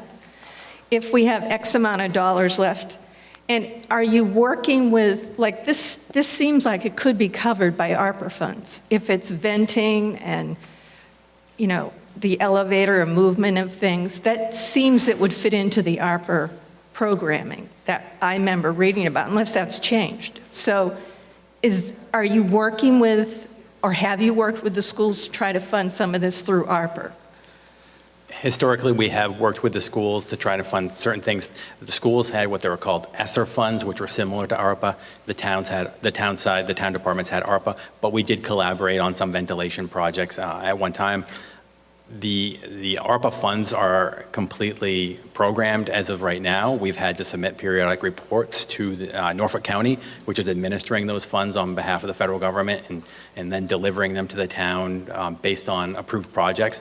Again, that is on I believe it's on the town website, but I will share it with you. There is a program of those funds that I can get So you. program meaning you've already allocated the money out? That's correct. Okay, because I look at the county and I see we have money left, but they just haven't updated what you've, or approved what you've programmed. The county only has, I believe, approved projects. We've submitted reports that show the complete allocation. All right, I was just hoping there's a way we could, again, not necessarily bond if we didn't have to. That's it.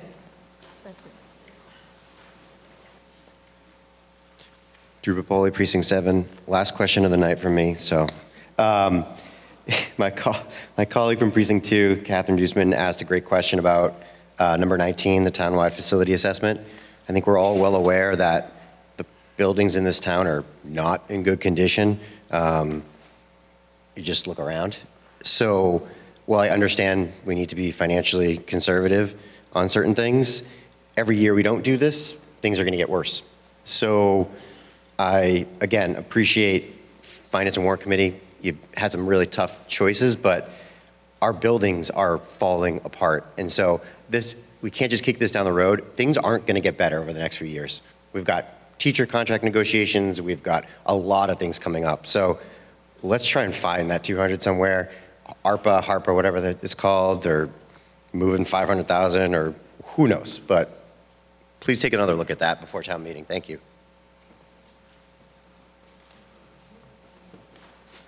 Thank you, Madam Chair.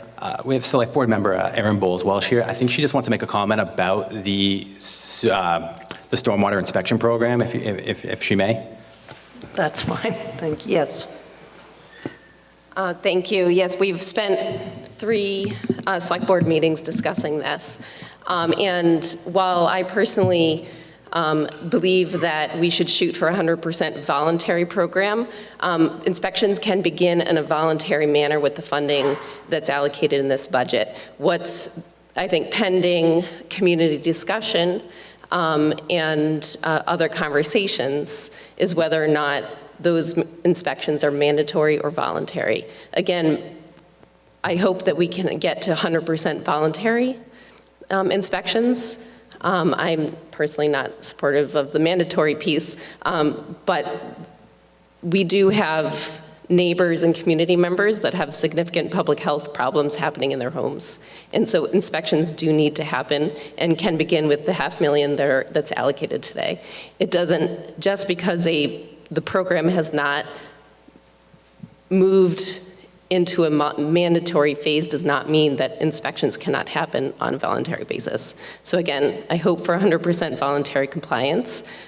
These inspections need to happen. The public health concerns are significant. We do have neighbors with sewerage entering their bathrooms, and the inspections can begin through a voluntary program. Thanks.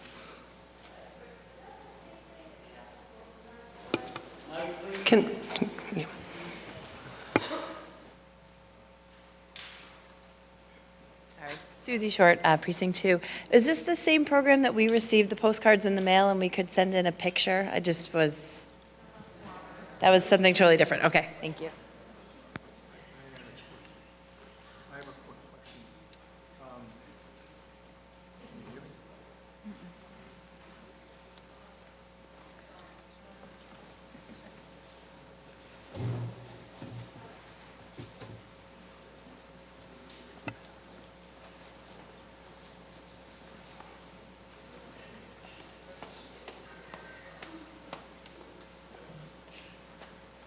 Jim Driscoll, Precinct 4. I wanted to make sure I understood you. You said that the $500,000 would start the inspection process?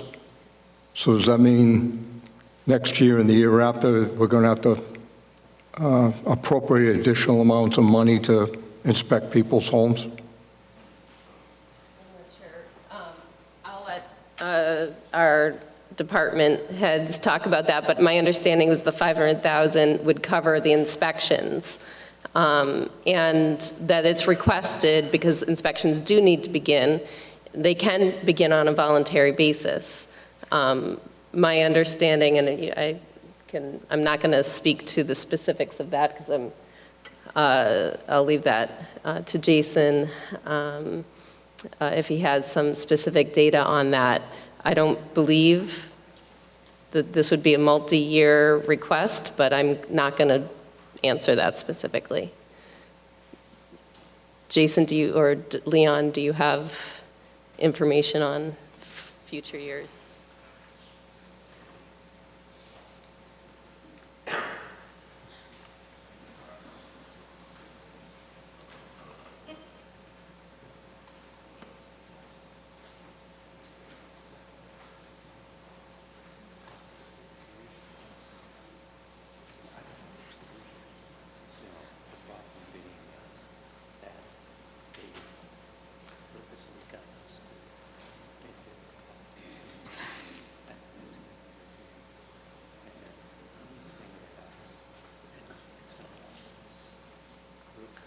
So Mr. Driscoll, if I'm understanding, again, Leon Goodwin, Town Manager, if I'm understanding, you're asking what the $500,000 is for and what it'll pay for?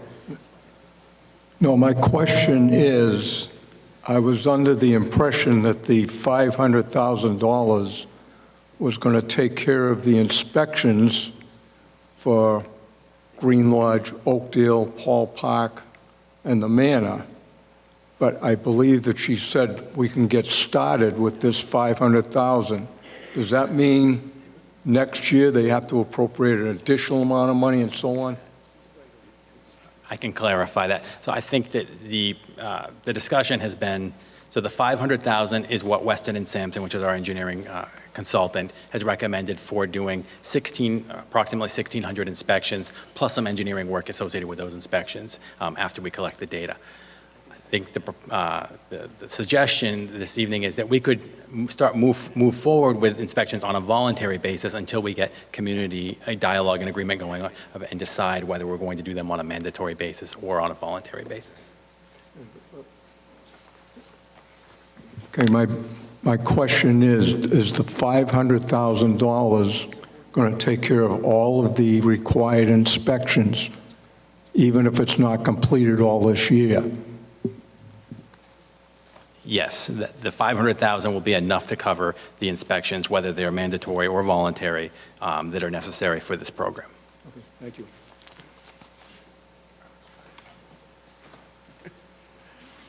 Bob Laporto, P2.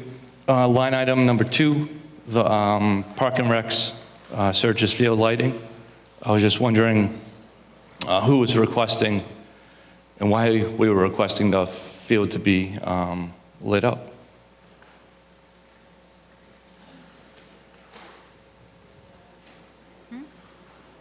No? Bob? Thanks for the question, Bob. Leon Goodwin, Town Manager. This is lighting at Chagru Field, $35,000 request by the department. We asked the departments to prioritize their request. This was not a high priority request for the department, but it was something that they wanted to put on the map.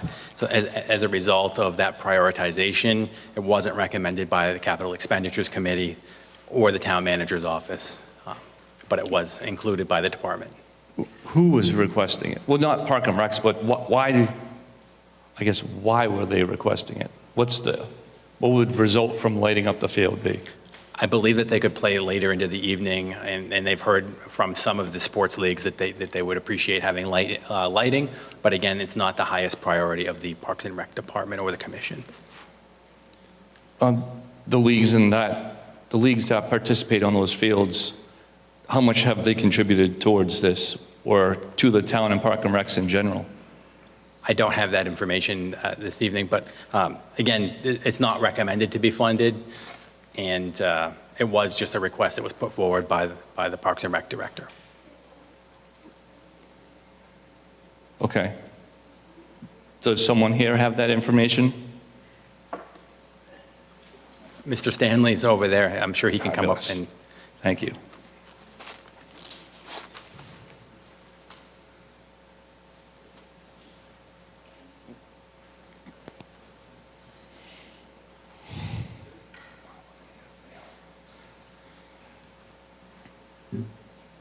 Bob Stanley, Dedham Parks and Recreation. That request mostly came from Dedham Girls Softball. They requested it. Our board discussed it. We said we would pass it forward to FinCom. Honestly, I was not completely sold on it. We get more bang for the buck out of lights, say down if you drive by Memorial Park or Condon Park, you'll see lights on to 11:15 at night because those are adult softball leagues and they will play till 11 o'clock, 11:15 at night. Chagru Field is a field that's a small field and it's young kids. You're not going to need lights after 9 o'clock. The $35,000 you see was not for the lights. That was basically to start the process to work through conservation. The total for the lights would have been well over $350,000. This was going to be a two-part project. So it wasn't a high priority for Parks and Rec. Okay, thank you. Oh, yep. Thank you, Bob. Yep. I just have another question for Leon. Line items 13, 14, says F350 and F600. I guess my question is, the F350, I mean, obviously that's a Ford 350. Is that just jargon for a 350? Is it truck equivalent to, or are all of our trucks Fords, and we're not just looking for an equivalent but cheaper version of an F350? Or does it have to be an F350? So I think that denotes a one-ton truck. It's an F-350.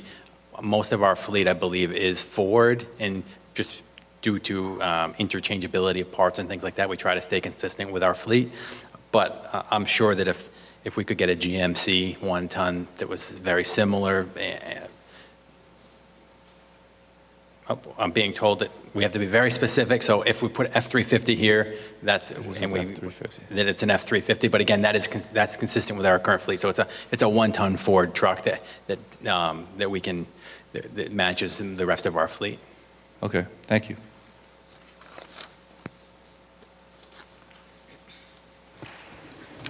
Any more on Article 4? This rate will be done 2 per hour, I think. Okay. Article 5. Prior year bills. Article 6, line item transfers.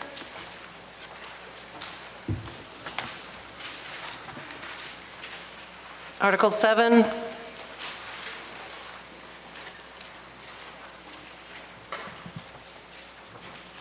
Article 8. Okay. Article 9. Article 10.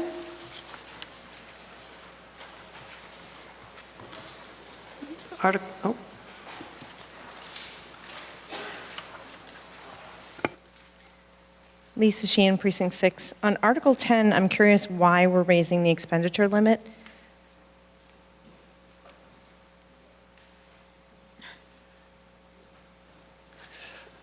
John Arnett, the Director of Finance here.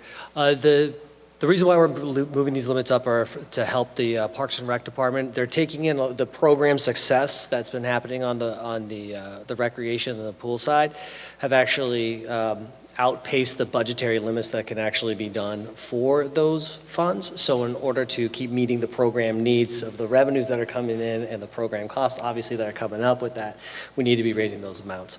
So the goal of this is to raise it to a level where we won't be coming back again to request. This should be hold steady for at least a few years. Will Harrington, Precinct 1. Actually, this is about Article 9, sorry, moving a little quickly there. Can I ask just about the amount being allocated, what share of our free cash that would represent, and sort of where that number came from over any other amount of the free cash? John Arnett, Director of Finance again. So that number was derived from looking at where their free cash balance is currently as we're running through the year and fall town meeting, and then all the other articles that are coming through. The main reason the number was determined was to keep pushing it up above the minimum threshold for our policy, so that keeps our credit rating afloat.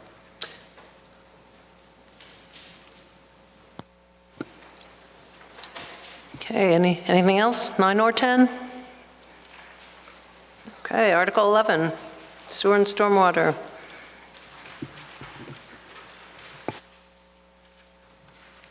Mary Ellen McDonough, Precinct 7. Can somebody just explain it? So I kind of don't understand what the article is about, and also trying to figure out with the new stormwater receipts has raised another $4 million, and where that $4 million is going to. Because like personal services have gone up from less than 100,000, you know, and almost tripled and things like that. So it just kind of seems like we've added this additional tax and spent all the money, and I can't figure out where it's going.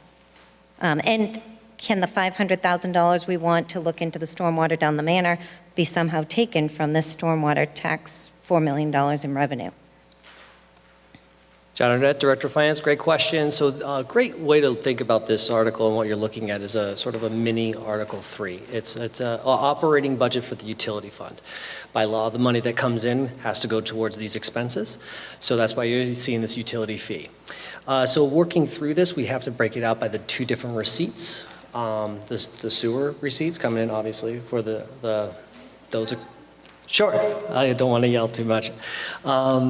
So the revenue that comes in for going straight down, you have the sewer receipts that we bill directly for the sewer and monies that are billed directly for the stormwater. So those monies come in and then those expenses go down. Directly to the personnel lines, what you're seeing there from last year to this year are the growth in those expense lines are the hiring a stormwater manager associated with that too. So the personnel costs. So that's not in your operating budget, that's directly funded from these. Again, coming out of the same pocket, right? But that's what the breakdown is. So that capital outlay that you see on the bottom, and we're talking about Article 4, where we're talking about the bonded debt, it's actually coming from here. So that's where you see the indirect expenditures and the capital outlay, that's the debt. So it is coming through from the receipts coming in, going out to fund those debts. So it is funding exactly what we were talking about before. Did I answer your question? That wasn't it.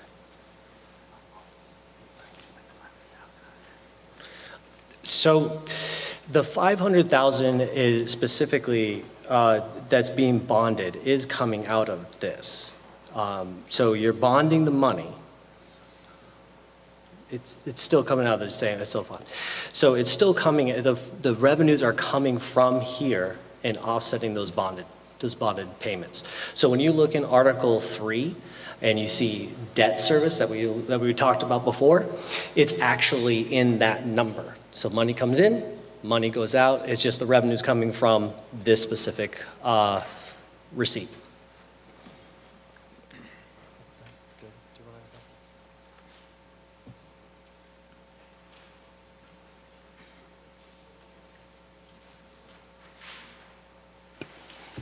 Anything else? Article 11?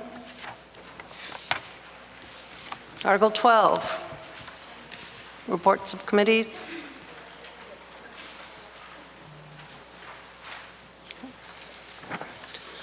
Article 13. Oh, do we have something on 12? 13. Oh, Article 13. Good evening again, Carmen Delaware, Kona Precinct 4, and I was lucky enough to secure a set of glasses from Tajay in the back of the room on this one.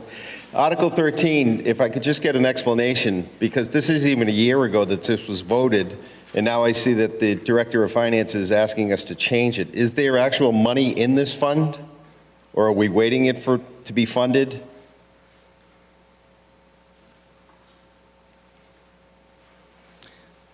John Arnett, Director of Finance. This is just following in with the, let me gotta talk close to the microphone. This is just by the final rules that we're just rescinding that. So yes, there's money that's in there, but it's being directly used for the opioid fund. We're just changing where the fund is. That's all it is. So is it a substantial amount of money? And I get, to me, it's directive. It's supposed to be used just for opiate use, but the final language on this not refer to finance and warrant, but that it can be spent other ways without a vote. Does that mean without a vote from town meeting in the future? I believe it's not without town meeting vote in the future, but it's specifically as allocated by law. So yes, it would be by the department head, I believe. And I do have that number, I just don't have it offhand. I can easily get that for you for town meeting floor. So I just want to make sure I'm clear for next week, because opiates, it's rampant. And if there's funding to help save lives, I want to make sure it's allocated to do just that. So I appreciate your time. Thank you.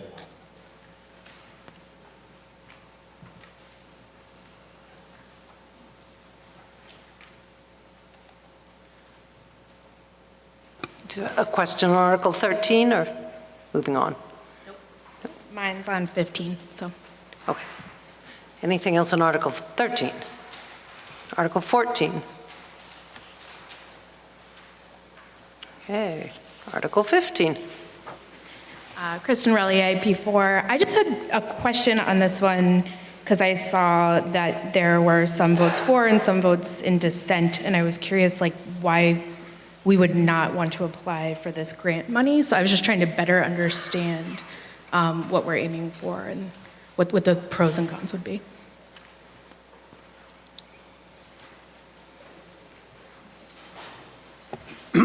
No one dissented. There was 2 people that abstained, and I think one of the my colleagues is headed out right now to answer your question.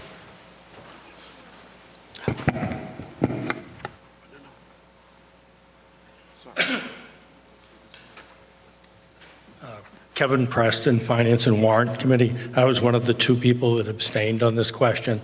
And the reason I didn't really have to do with the merits of whether it's a good idea to do the study, whether it's a good idea in general to build a new library or renovate a library or any of those things.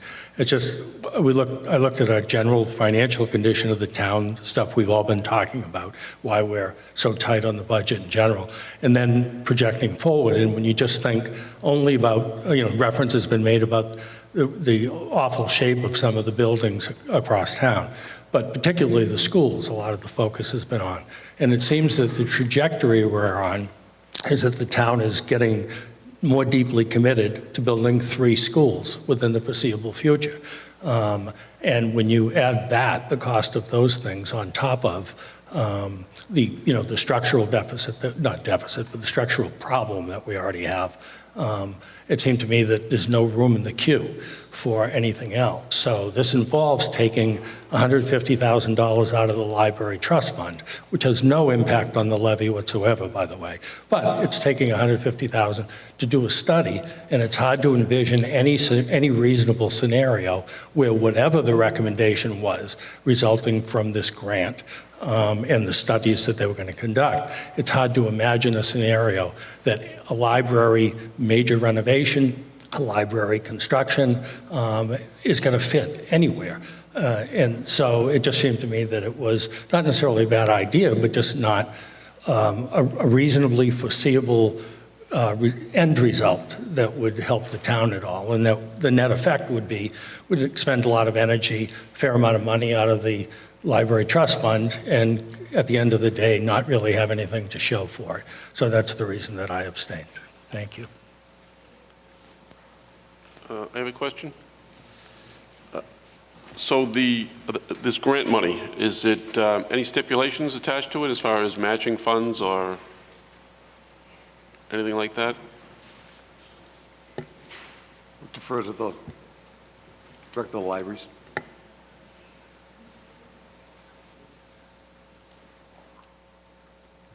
Amber Roney, Library Director.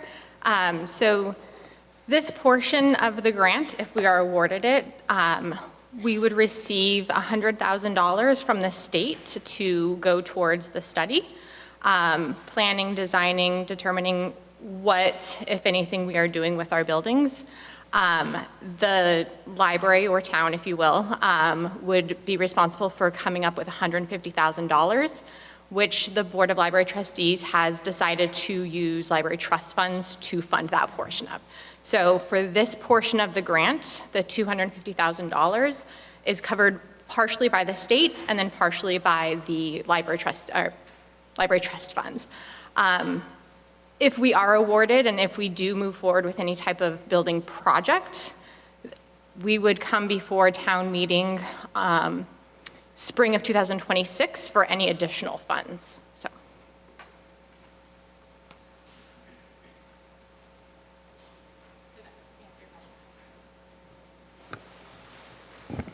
Anything else on Article 15? Article 16, Renewable Energy Fund.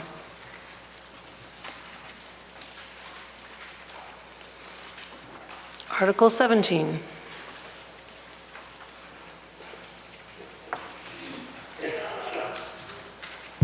Hi, Matthew Brophy, Precinct 2. As a background for the SBRC, from 2021, for clarification, it was $1 million, and we're running on that, and they're asking for this ask. Is this all for the design firm, or is there more work to that? I guess that's my general question. I'll probably have more questions next week. Thank you. Nan Murphy, Superintendent. Yes, this is just for design. As you know, we took a pause to want to make sure that we've selected the best building option possible for the Dedham Public Schools. So we had paused our process and re-examined once we had new enrollment data. And so now we are moving forward with a standalone Oakdale. So we have the design option for the combined school. This additional funding will allow us to modify that design to accommodate our standalone Oakdale. It is just related to design. It's a continuation. The funding that we have used in the past has all been applied and is being used in exactly the same way.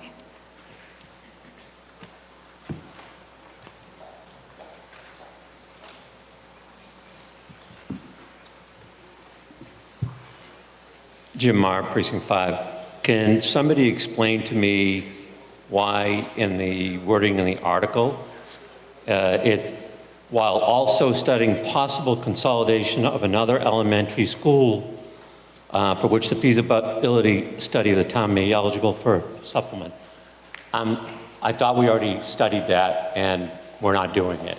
And you're right, that's correct, Nan Murphy, Superintendent. It is a formality, and when language is put forward in a format such as this, it is required that that language is embedded by the MSBA.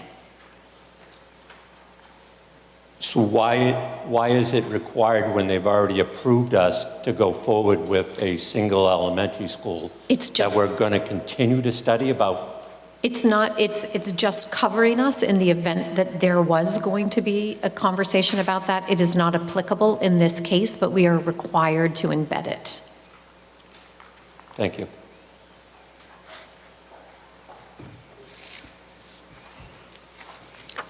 Anything else? Okay, Article 18. I think we did have a presentation on this article. Before we take questions? Did you want to? Yes.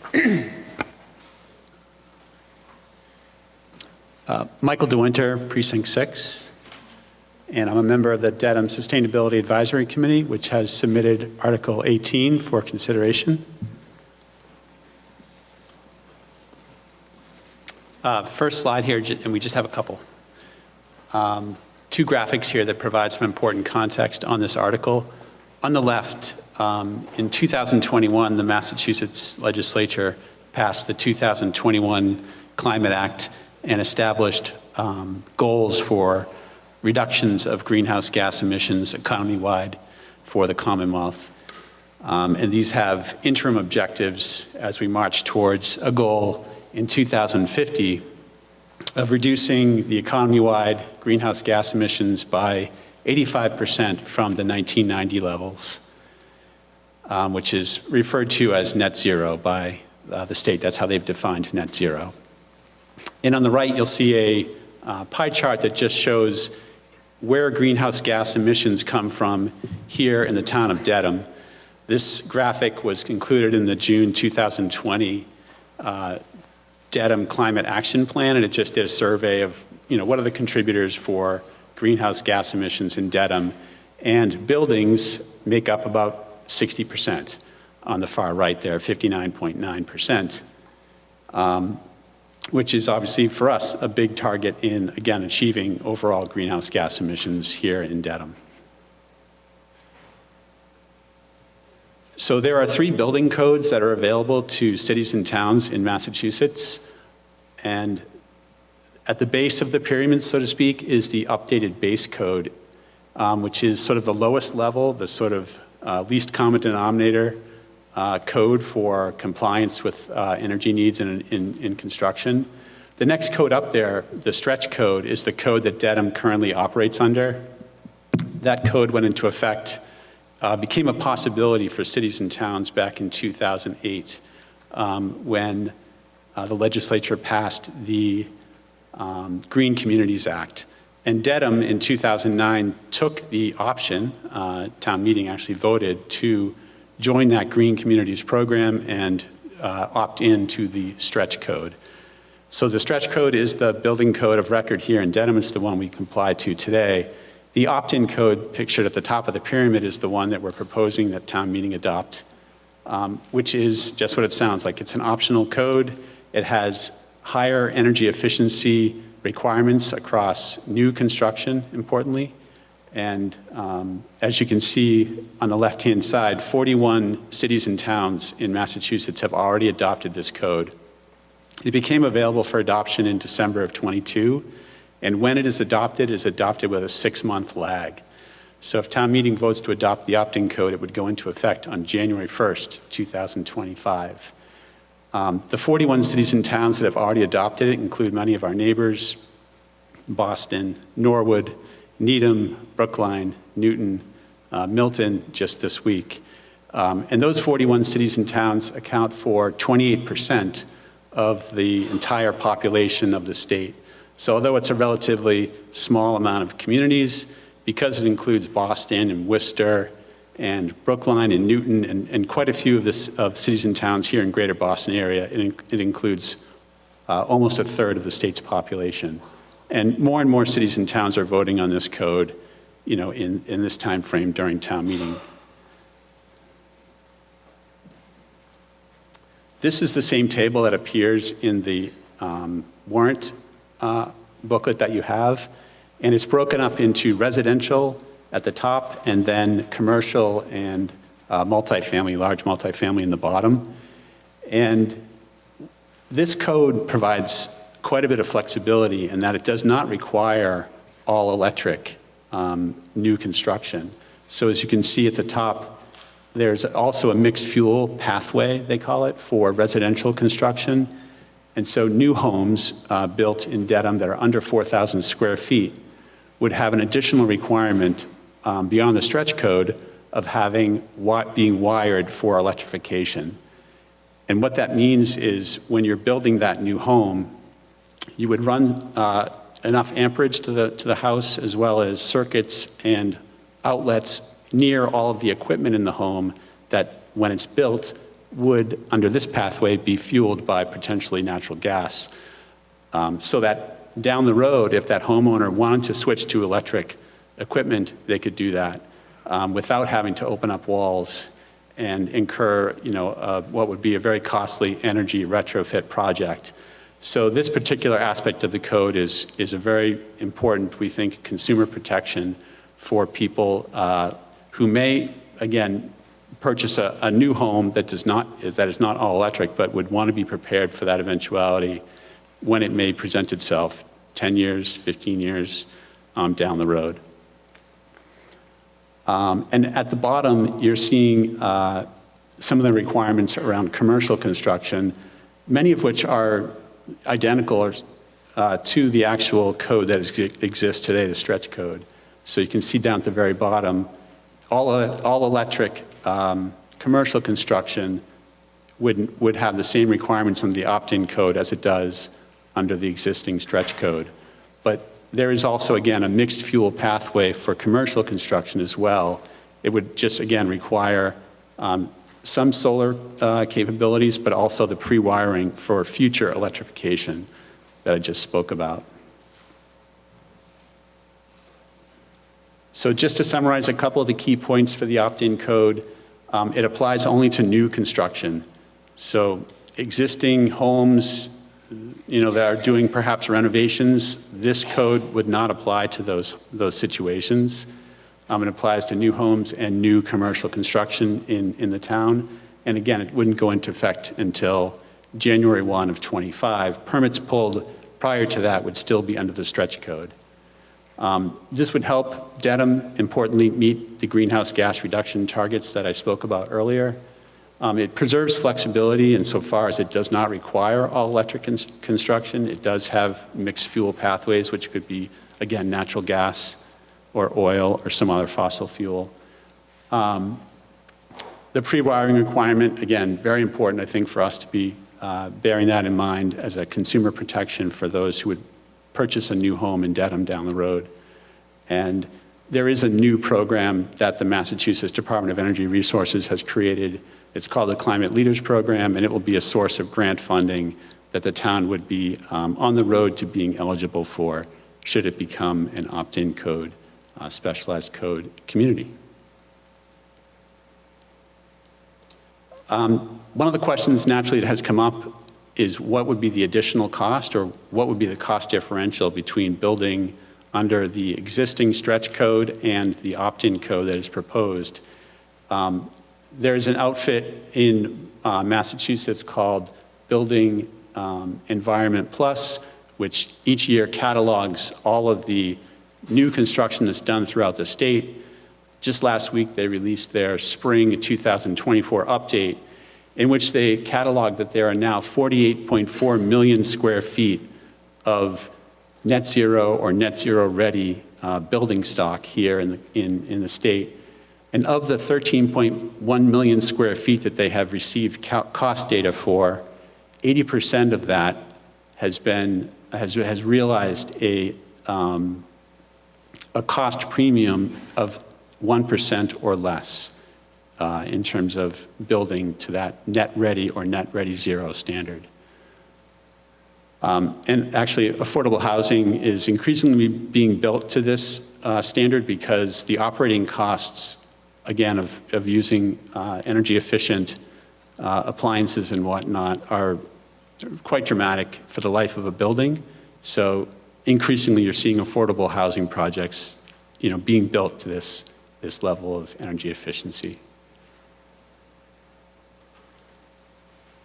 This is just a graphic kind of illustrating the point that I just made from the Building Environment Plus study, showing graphically that there is some space that has been built to a cost, less cost to build to the net ready standard, zero energy, net zero ready standard, and some of it which is a little bit more. This data reflects the cost to build. Again, you're getting lifetime operating cost savings when you have a more efficient home or building, which are not reflected here.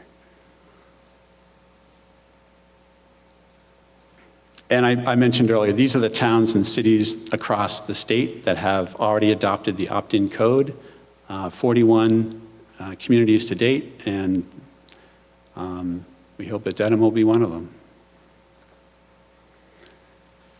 I think that's the last slide. And there's where they're located.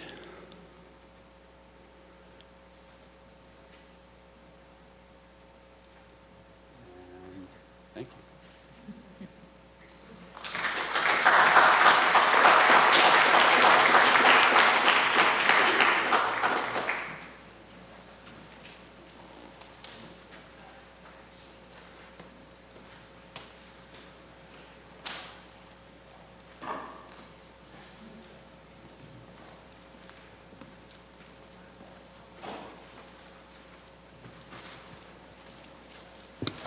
Okay, any questions? Will Harrington, Precinct 1. I'm just wondering about the grant program that was mentioned on, I think, the previous slide to this as an incentive for adopting this.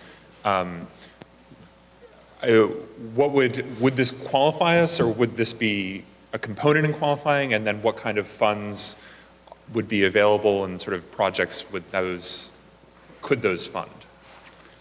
So the Climate Leaders Program that the Massachusetts Department of Energy Resources has launched is not without many unanswered questions. So I don't have real hard data on that yet.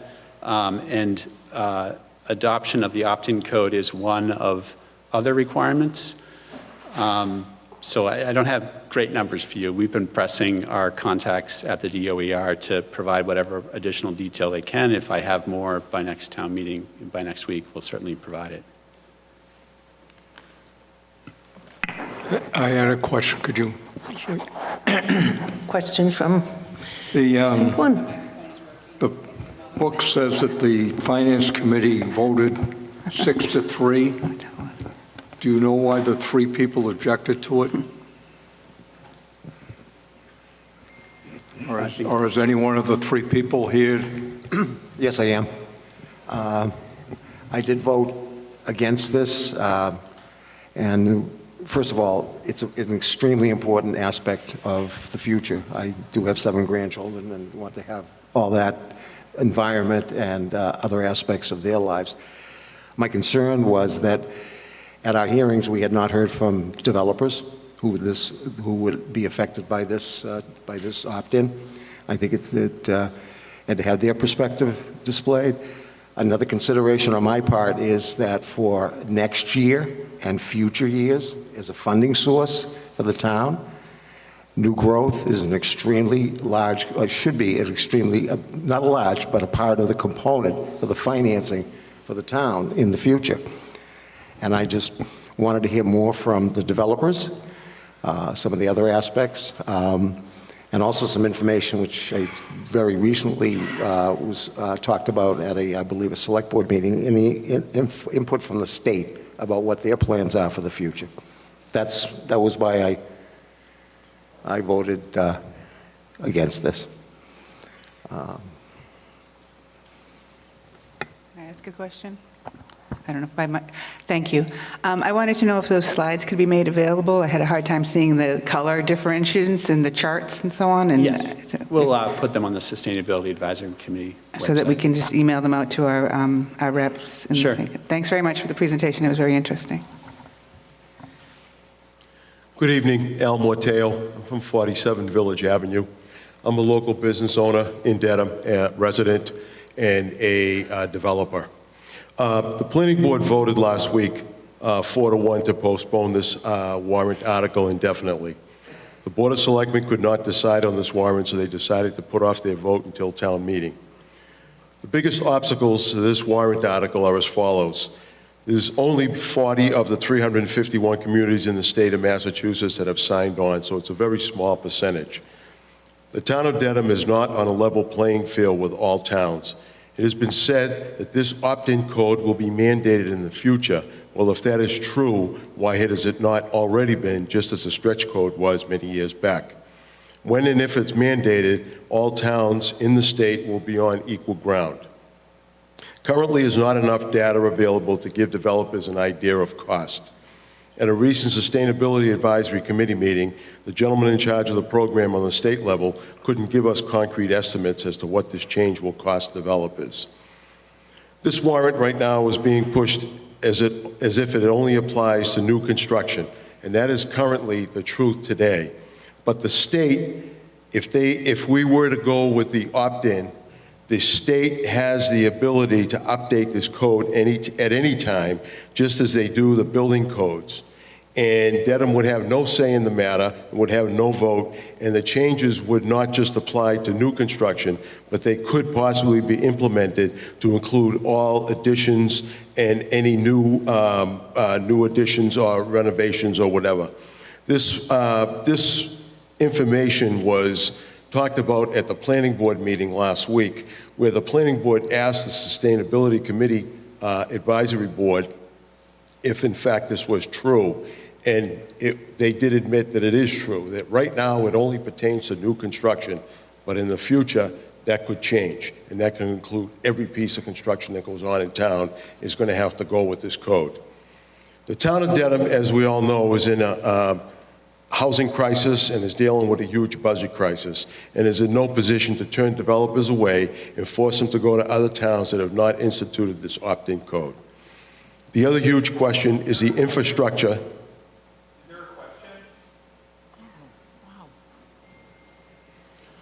I'm questioning whether this should go to town meeting or not. I will note that people are allowed to make comments, I think. The other huge question is the infrastructure in Dedham. Is it ready for these changes?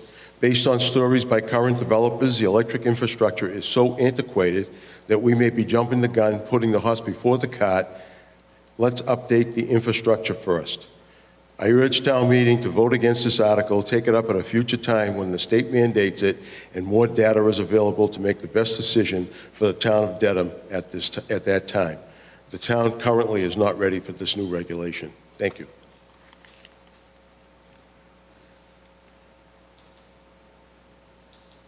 Carmadello, Iacono, Precinct 4. This particular article is put forth by the Sustainable Advisory Committee. Being one of the 2 selectmen that actually formed this committee, I know it reports to the selectmen. So what, until this gentleman just spoke, what was the selectmen's vote and position on this before you had brought this forward before town meeting? The select board has, we've appeared before the select board a couple of times, most recently last week, and they have elected not to vote at this point. Will there be a vote offered before town meeting? Because that's, like I said, you report to the selectmen, you advise them. So are you jumping the gun on this, or are you looking for their blessing, if I would? So as Mr. DeWinter did indicate, they have been in front of the select board a number of times presenting this information, have had a number of community meetings. The select board intends to vote prior to town meeting next week. Okay. So this particular article, this is a push to me on new residents, new people that would come in, new construction coming in. It's not for currents. Until I just listened to that gentleman, it could change at any given time. But the actual stretch code we have in place, which I do follow in research, is fantastic the way it is. I'm not too sure why the push to make something stronger, and I get the net zero, but as an electrician that has done very well in life, being an electrician, I wouldn't electrify anything. I can't stand electricity, to be honest with you. It's just you're putting yourself in the future people into a one single stream source, no options. You're taking away options. It's plain and simple, that's just it. I get the environment, I get the efficiencies, but gas has, I can't say so much for oil, but gas has come so far with efficiencies, they're almost equal to what's put out there. So I would just use some caution, do a little research before next Monday. Thank you. I just want to reiterate that the opting code does not require only electric construction. There are mixed fuel pathways to compliance. Will Harrington, Precinct 1. Since we're allowed to opine, I would point out that we're surrounded by towns who have adopted this. As town meeting season comes this year, next year, more towns will adopt this. I'm not saying all of them. We can still see a handful that are on the base level code. So I don't believe that the newness of this should be an obstacle, especially when we again are in a center of, geographically of towns that are, home to developers, are using developers to construct new properties that are already familiar with this, that are already operating under this. I am grateful for your slideshow. You headed off one of my questions. It was 80% of the new construction was a less than 1% premium when adopting this new code. It's clearly not a substantial objection as we look forward into the future, as we look forward to electrification. And yes, you're taking away options for like gas and oil, but where that electricity comes from, there are still options there. That's a different question, but it's removing the fossil fuel burning elements of our housing, of our communities. and building a better, more sustainable future that is already geographically familiar and accessible to us and will only continue to grow again as our own town meeting, as future town meetings move forward. So I don't see how those are potential objections to ensuring that Dedham remains a healthy and safe and well community in terms of the public health consideration associated with global warming.